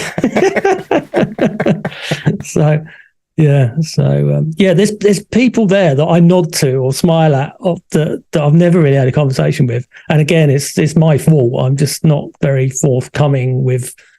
And yeah, I'm not terrible at small talk. I mean, I have to do it for my job. Like, do you know what I mean? I'm working sales now. Well, people have said here earlier on in the chat room about your amazing sense of humour. For someone so quiet and seemingly shy, you've got a very sharp sense of humour. You have the room in stitches at times. Yes, yeah. I think I like a good bit of banter when it's that's what I say. Like if I'm in the right company and quiet. It's not, I can't talk to me in the club. I can't hear. So I've said that before, but yeah, get me on my own, a couple of drinks, and yeah, we'll have a laugh. So, but yeah, I every year I meet people, and some of those people have been going 10 years, but I've never spoke to them before. But just because they've come to the same meal, or they've come to the same, or you're in the same corner of the club or at the bar, so I've got talking to some people that I've never spoke to them. Do you know what I mean? Mm-hmm. So I have met more people, and but yeah, it's not. That'll be an age thing as well. That'll be an age thing. So let's focus on your about your musical tastes as they change. You had your own show that was really very quite strong on a Monday. The Shag, Soulful House and Garage. And your musical taste changed. You said moving away from UK garage, and then you focused a lot, and you made it a passion of yours to support a lot of more. Well, how would you call it? What, because it's not like Afro house, South Africa. How would you say your style has transformed into? Yeah, so when I first. Like I say, Pressure was UK garage, and then after UK garage, it was that funky house, wasn't it? Which I kind of grew to hate, because I always think of Essex like funky house. I don't know. It became a bit of a bad name, didn't it? That sort of. I think it's gone now, but when you leave things a while, it's sort of safe to come out again. But that funky house became almost a cliche bad name at some point. So I always prefer the term soulful house after that. And I did play mainly vocal and soulful at one time. And then, don't know what happened, but I started going a bit more deeper, get that sort of deeper sound. I think it was because John Mateo and all those guys. So I'm that New York sort of deepness. So I've sort of rubbed off on me a bit. So I got more into the deeper side of it. And then that, unknowingly, I'm playing artists that were South African. It wasn't really a buzzword then, Afro House. It became, but when I look back, because this is now all digital, so I can look back and see the dates of, when I got the music, and I'm like, blimey, I was playing Afro back then, I mean? I was like, I was surprised myself of how long ago I was playing those artists, but, and then it became almost purely Afro and a couple of deep tracks. But it goes back, like I was saying at the beginning with the Robbie Vincent and everything. I always enjoy. Oh no, actually, I did enjoy the search for music, like trying to find the gems. Now it's horrible because there's so much. You go on TrackSource now and try and find 10 good tracks out of the thousands of noise. It's become painful, but yeah. But I still like searching out those tunes that no one else is playing. I don't like to be influenced. I like to try and find it myself. Rather than I completely relate to that. Yeah. Mm-hmm. Yeah. So and yet at the same time, I've will happily give credit to a lot of Pressure DJs, Pugwash and Brother C particularly, for turning me onto music, listening to their shows on a Saturday morning. Oh, definitely, and Damien as well. All of the Pressure DJs, real good quality taste, and happy to have them along. And yourself, resident at VB. So, holding down a full-time career throughout all of this, you've your job responsibilities have risen. So you've never really, I'm assuming, you've never taken DJing that seriously as a trying to push yourself and get yourself into gigs in clubs. Is that a fair comment? Yeah, that goes for the radio station as well, because people used to say you should do this, you should do that, you should do it, and I'm like, it's just fun for me. I it's never going to pay the bills. In fact, it costs money. It's like, so it's always just fun, and that's how I treat DJing. I don't think I'd ever want to do every week. I like doing it every now and again. I'd probably like to be nice to be asked a bit more, put it that way, because it's nice to be asked, isn't it? But that's, like Steve was saying, that's my fault because I don't push it. Yeah, I mean, I had plans. Me and Julie, I should mention Julie because that's quite a few years of my life. So yeah, Julie Prince. Obviously, we met again. That was a vocal booth reunion, the summer ball. So yeah, Julie used to come in the chat room and just to listen to my show and a few other shows, and she's was one of those situations where, oh, I want to come, but I won't know anyone. And I was like, oh yeah, come, you know me. Like, you know, we met in the chat room, so we came, and then we both had I think it was on a Sunday and there was a bank holiday, if I remember. No, it wasn't a bank holiday. We both had the Monday off after that weekend. So I said to her, oh, should we hook up on the Monday? And that's how that relationship. Oh, I gave us some DJing lessons. So okay. All right, I'd forgotten about that. I thought she just came in with all guns blazing as a DJ, and she definitely followed the influence of yourself playing some great music. Julie's always been very musical, and she had fantastic taste, as you know. But she didn't mix or anything like that. She was just she was playing at Camp Soul, and that I must talk about that camp, but never wasn't mixing. So I literally went around there, taught her to mix the tunes. Yeah, I do remember me getting her to come and play at vocal booth, and she was like, "No, I can't. I've got to have the sync, but I can only play if we've got a controller." And I was like, "Well, would controllers aren't allowed?" And then that really like took her out of her comfort zone and forced her into really, obviously with your help, forced her then.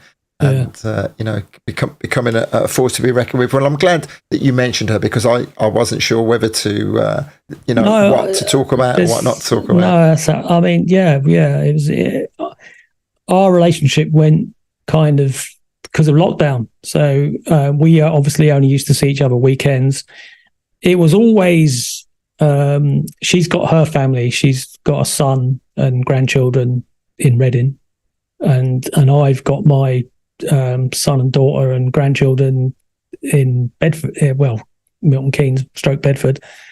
So neither of us were adamant that we were ever going to move, whatever. And plus, we've both lived on our own for many years, so we're both selfish, or whatever you want to say, or just comfortable in your own space, or used to doing what you like. But we'd give over on a weekend, so I'd go down to Reading and she'd come up to me. And I moved further away, which didn't go down well.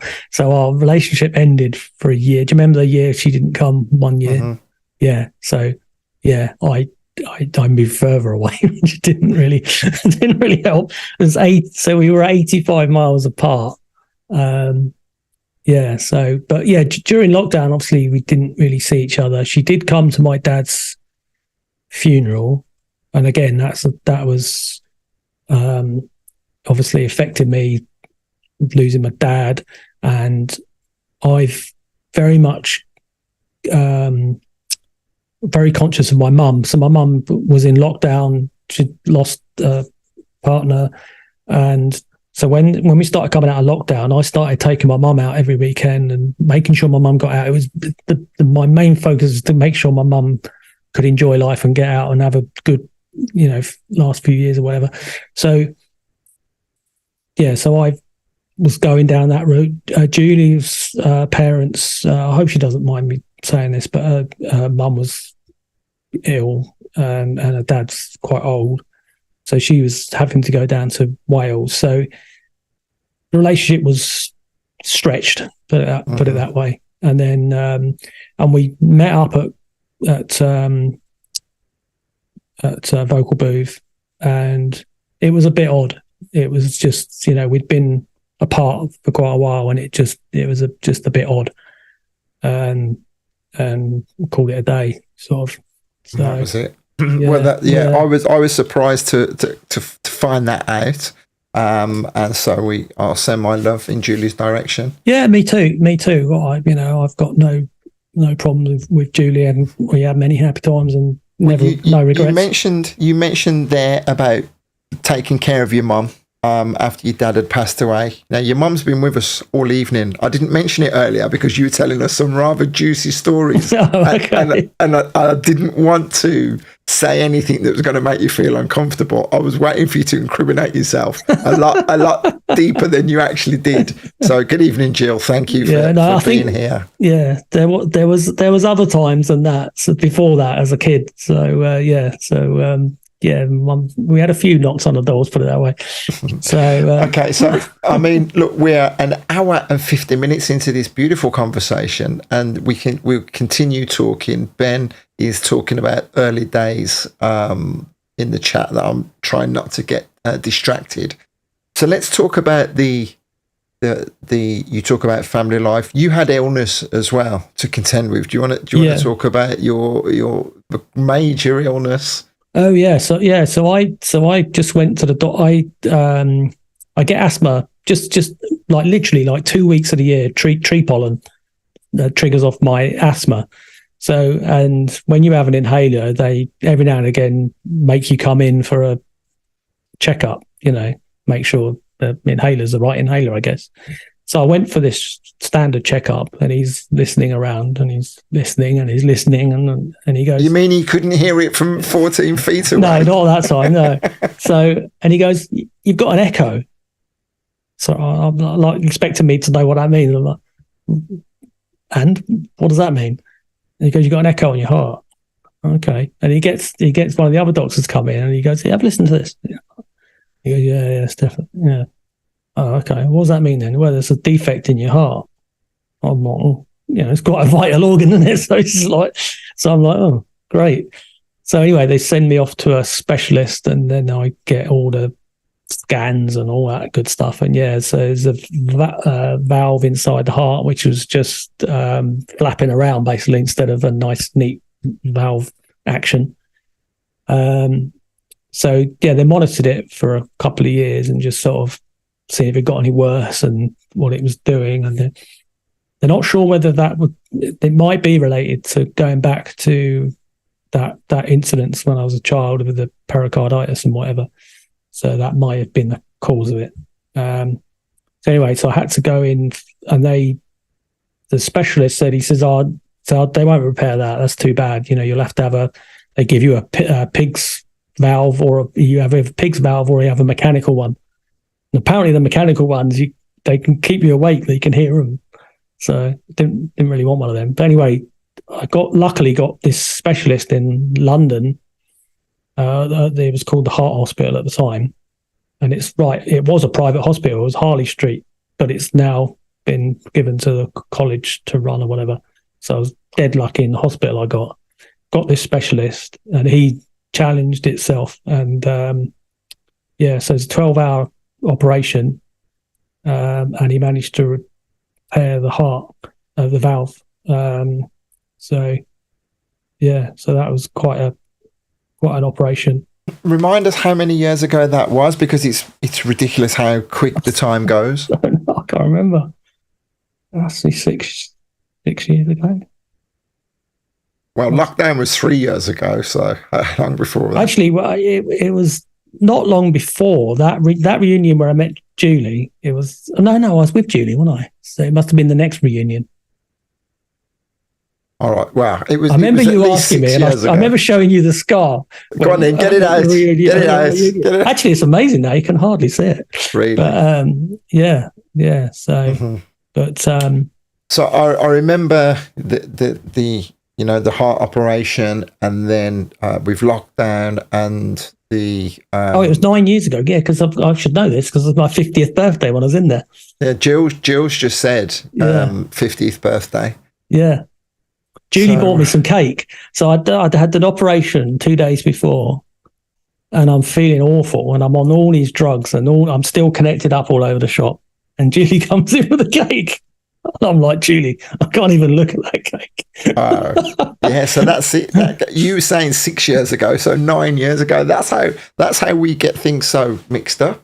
I know. It's insane, isn't it? Quite a momentous part of your life. Anyway, unfortunately, my sister's the same thing. She's now got to have that same operation. Mm-hmm. So it might even be a family defect. But well, there you go. Well, it's this is you couldn't write this. As you say that, Suzanne says, "You're a good brother. I love you lots, but Coronation Street's on." So she's gone.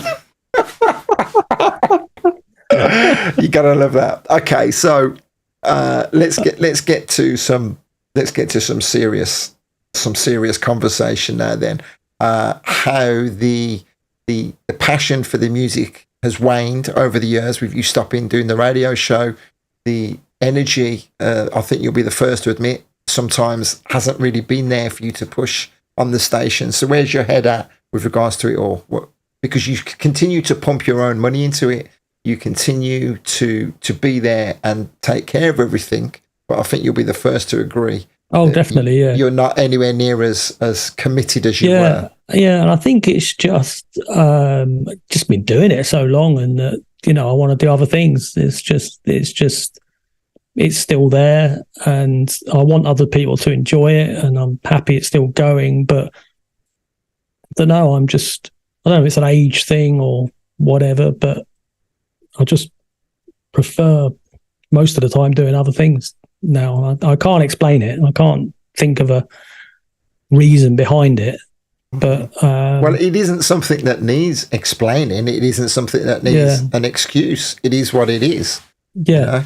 Do you ever think that you would just say to pull the plug one day? And because there's so much content out there now. Yeah, I've thought about it many times, and I thought about putting it to the vote. I thought about just doing it. And I don't know, there's just something in me that stops me doing it. Normally something happens, like I'm going to do it, and then suddenly there's a party, or suddenly it's all mentioned, or something. I don't know, and I was like, well, I can't. I think this is just as one of the biggest fans of Pressure Radio. I think the legacy that you've created stands on its own 2 feet. I think that nobody can ever take that away. I don't think if you ever got to the point where you said, you know what, this isn't for me anymore, I don't think anybody would ever think any less of you for making that decision. If you felt it was the decision that you need to make, people can always find other avenues to have their chats, have their conversations, especially with the online streams now, and yeah, I mean that was whatever. Yeah, that's probably a little bit of it, actually, because it was very geeky, to be able to work out how to do the stream. I mean, do you remember there wasn't even the players, was there, to play the audio? So you had to. I used to be like tech support, like try and find every new listener doing have. Yeah, every new listener would go, "How do I listen?" I'm going, "You just click here," and they go, "That don't work." And then I spend the next hour trying to work out why their computer, what browser you're using, what this you're using. I mean, it's easy now, and it's just sort of works. But back then it didn't. Mm-hmm. And then now, starting a radio station, anyone can do it. It's just so easy, and there's even, you can even buy a package now that comes with a chat room, and it comes with, it's like click here to make your radio station, like it's done, so I don't know, but it's still, like you say, it's got that. Would you ever feel comfortable in I mean, there's it, like you say, it is and it isn't a conversation to have publicly now, but it is a decision to make. Well, do you pass it on to let someone else run it, or do you say no, because then it's not going to be Pressure Radio as you intended it to be? It is a conversation that needs to be had, and maybe, yeah, because I have said to you on a few occasions down the years, you'll be the first to admit, we need to talk at Vocal Booth about where you're going with this.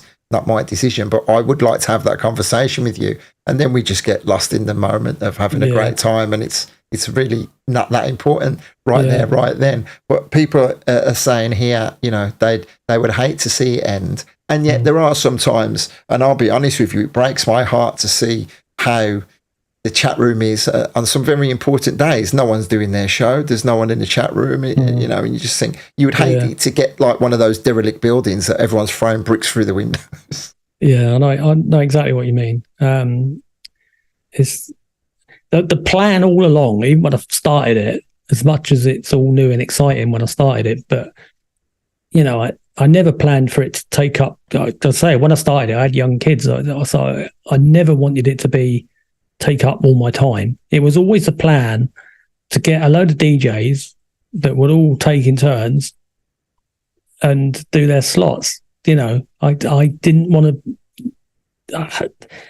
I've got a day job where I'm a manager, and I've got enough, different egos and things at work. That's I don't want to do that at home. I just want the pleasure of it.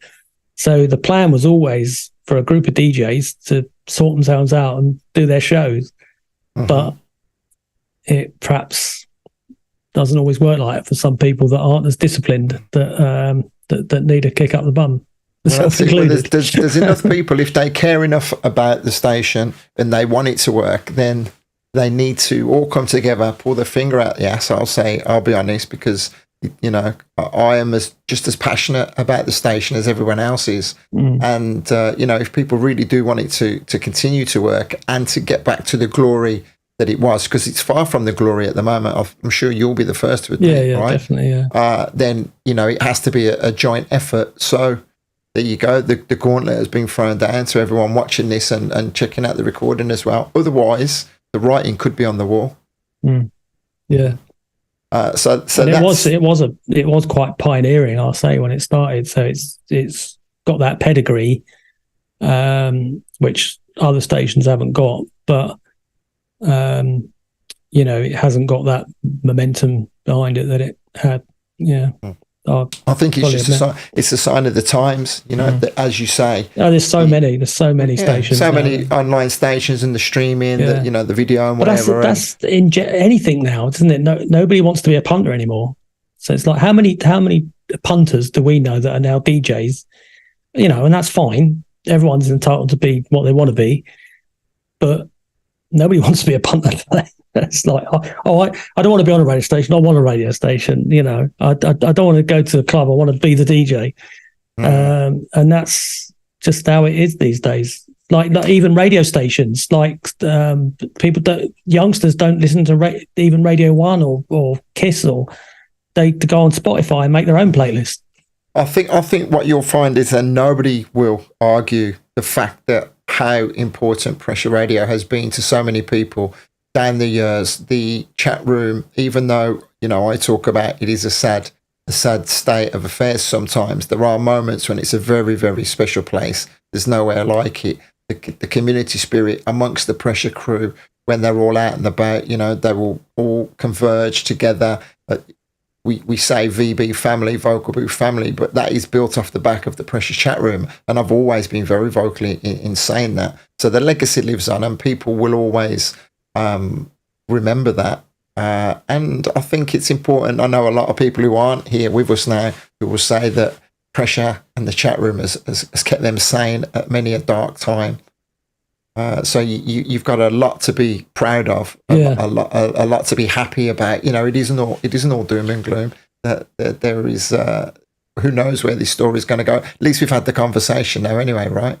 Yeah. I know I'm not afraid of that conversation, and and I'm not afraid to admit it and what it is, but I can't help how I am and what I want to do, and you can't force these things, can you? Well, you can't. I mean, looking in the chat, there's people who were doing regular shows who they themselves have pulled out because they can't do it. Someone even said to me recently when I saw them face to face, "What, don't you get bored of doing your show every week?" And I was like, "Well, no, I love it. I'm not doing my radio show because I'm trying to get gigs off the back of it. I haven't been DJing for years. I'm not doing my radio show to try and promote anything. I'm doing it because there's a group of us, and I'm coming from, like mainstream radio, broadcasting to tens of thousands of people, and then to go into a chat room to, a handful of people. It's irrelevant, the numbers, but not everyone sees that. And that's been very apparent down the years as well, where people will see popular radio shows, whether it's your show on a Monday evening, whether it's a Saturday morning show, a Sunday afternoon show, whatever, and they say, yeah, I want some of that. And then they get disillusioned because there's 2 or 3 people inside the chat because they think they're automatically getting those numbers. But that's also an important thing, because you've been very vocal in stating just how successful Pressure was in comparison to other online stations, because the figures can be misleading. People think, these stations are having thousands of people listening, and that's far from the case, right? Oh yeah. So pretty much all the stations that work by that model of charging the DJs, I'll say this, and I'm saying it publicly, they lie to the DJs. They tell them all sorts of numbers, and it's just bullshit. It really is. Yeah, and they're taking their money, and I've never wanted to go down that road of taking people's money. I know it's paying for the station, but for that reason, I don't. It was always just a hobby and fun and some sort of legacy, if you like. When I pop my clogs, I'll say I've achieved something that was something. So yeah. But yeah, so the listener figures, the listenerships, it's highly inflated by a lot of these people. It's diluted because there's so many stations. So you've got a few people on every radio station. So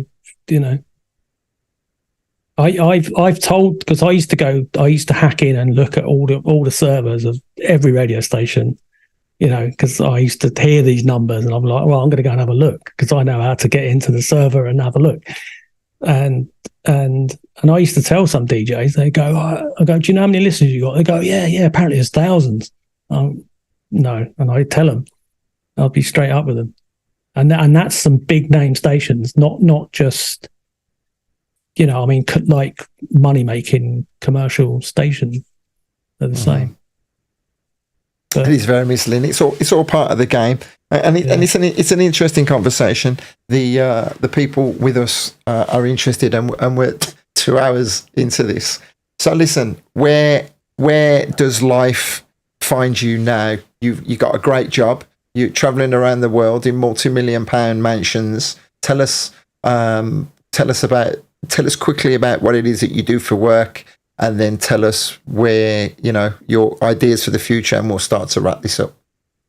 Oh, okay. Yeah. So I work in the, a sort of, I don't know how to describe it really, home automation sector.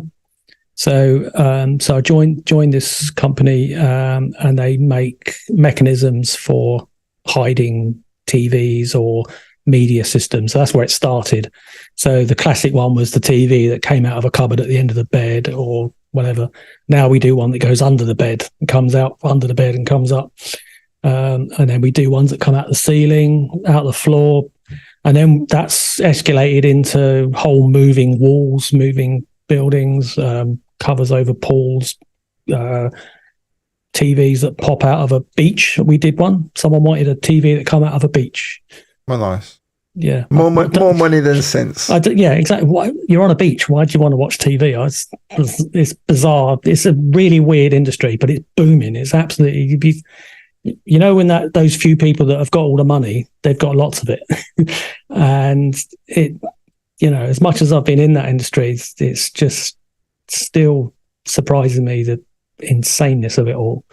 But yeah, and it's some of it's hotels and things like that. So you can get an order where you're doing every room in a hotel, whatever. Anyway, the bit I do is the control side of it, the lighting and smart control systems and the enclosures that they go in and the wiring of all those enclosures. So, but it's booming, absolutely booming. So, yeah, I can't really talk about the numbers, but I grew so that side of it grew out of nothing. The company was just doing TV mechanisms. So I didn't join to do that job, but I ended up, because of my electronics background, I did that job, and it's now earns a lot a year. And yeah, so nothing, and it's still growing. In fact, the only problem we got now is not enough people. Just trying to get more people is just that's the only issue at the moment. Mm-hmm. Okay, trying to get more staff. So and music, I haven't caught a show of yours, an impromptu show in a while? Has the passion gone for sharing music? No, not entirely. The consistency's gone. But I've done a couple of podcasts, and I had this idea that I was going to do one every month, and I've already failed on that. Didn't do one last month, and I haven't done one yet this month, so that's going well. But yeah, I do. Once I get in there, and once I get started, and in fact, the last one I did, I decided not to do it live, so I just did it as a podcast, even though I've got a radio station, but whatever. I'm halfway through it. I'm like, I'm bored of this. Oh God, this is not going anywhere, is it? And then when I listened back to it, I'm like, actually, that's all right. Well, it's my kind of music, so I think is all right. But yeah, so I do need to do more. Well, maybe if you had the social interaction part of it, and you did force yourself back to just play your music and not have to be in the mix, it would reignite that passion and the emotion of the reaction of sharing, because that's why we do it, to get that reaction of the music that you're sharing with people. Yeah, I think in the summer I do like to go. I mean, I work in an office, so, and then you say I'll jet around the world. I talk to people all around the world, but I don't go out very rarely. So come weekends, I love the countryside. I just want to be out in the countryside. So maybe in the winter, there's the longer evenings, and that's when I'll get started. But I still like the music, still like listening to music. I'm not one for having music on all the time. If I listen to music, I want to listen to music. Do you know what I mean? I like to sit down, headphones on, and properly listen. I sell these systems where they have piped music in every room or whatever, and I don't get it. It's like, why do you want that? I'd rather have the window open and listen to the birds.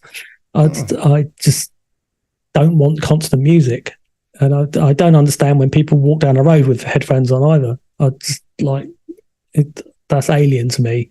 Have it on in the car, and when I want to listen to it at home, and I like to sit in front of the speakers or have the headphones on and properly listen to it. That's how I like to, rather than just occasional sort of half listening to it. Well, we're getting a lot of, I'm sure everyone would echo the comments. Andrea says, I need to hear you more. I love your sets, as do I. I've said to you before, and that's why you're always one of the first choices, and we look for the varying sets where we can put you on at VB. The man that lets the music do all of the talking. So I'm sure that the passion to share that will never go away completely. Yeah, I'm looking forward to playing at Vocal Booth. Hopefully, you haven't asked me yet, but hopefully. So yeah, that's always a highlight. And the build up and the playing to the perfect crowd, like you say. It's there's no better crowd to play to than the Vocal Booth crowd. So yeah, so indeed. I enjoy that. Okay, well, listen, we really could be chatting all evening. I've thoroughly enjoyed finding. For someone who doesn't talk a lot, I've talked quite a lot. You've talked a great deal, and I've enjoyed learning a little bit more about you, as has everybody else. So I'll just say thank you for giving me your time tonight. I'm sure you've sparked up a lot of other avenues of conversation when you're sat down face to face with all of the crew in Spain. Just thank you. Thank you for Pressure Radio. Thank you for the wonderful music, and long may you continue to be happy in yourself, my friend. Thank you. Yeah, thanks for all those that have been hanging out, and I haven't seen all your comments, but thank you for, I assume they're okay, but thank you for participating, and Mum, if you're still there, love you, Mum, and love you, Georgina and Brad and Holly and Lily, my granddaughters. So love to you all, and look forward to seeing those that are coming out to Vocal Booth and having a chat over there. Wonderful. Thank you, brother. Really, really great. All right, take care, Andy. Thanks a lot for having me on. See you soon, man. Cheers, no mate. problem. Bye. Ta. Okay, so are my buttons working? Yes, they are. Great, right? Really good. Paul, you just jump out of that meeting now because for some reason I was supposed to kick you out and you're still here. So I think he's gone. Am I still on? I am still on. Thank you, everyone, for joining me. A little bit of a deep conversation there with him. Some smiles as well. Mad Mats will be up next. I think he's busy on Monday, so I'm going to reschedule what day it's going to be, but that's going to be an interesting conversation. Vocal booth favourites. I got onto Mad Mats relatively late in the day, so we'll be finding out all about him, what life in Sweden was like, and how he became one of the biggest and best labels on the underground scene. So all of the names, as always, that I give a shout out to regularly on my radio show. If you aren't aware of DJP and you've made it to the end of this interview, then thank you very much for your attention. It has been truly appreciated. All right, I've changed my end screen, so I may cock this up by pressing this button. Is it still working? Yes, it is. As you can see, all of you guys don't really need to pay attention to this. I'm going to start pushing my access program a little more as the months progress, and we can see all of the access crew here supporting me on a regular basis. So that is going to be there to end the rest of my streams in the future, as is this Ward's website's advertisement. Thank you for your time, guys. One love. I'll catch you all soon.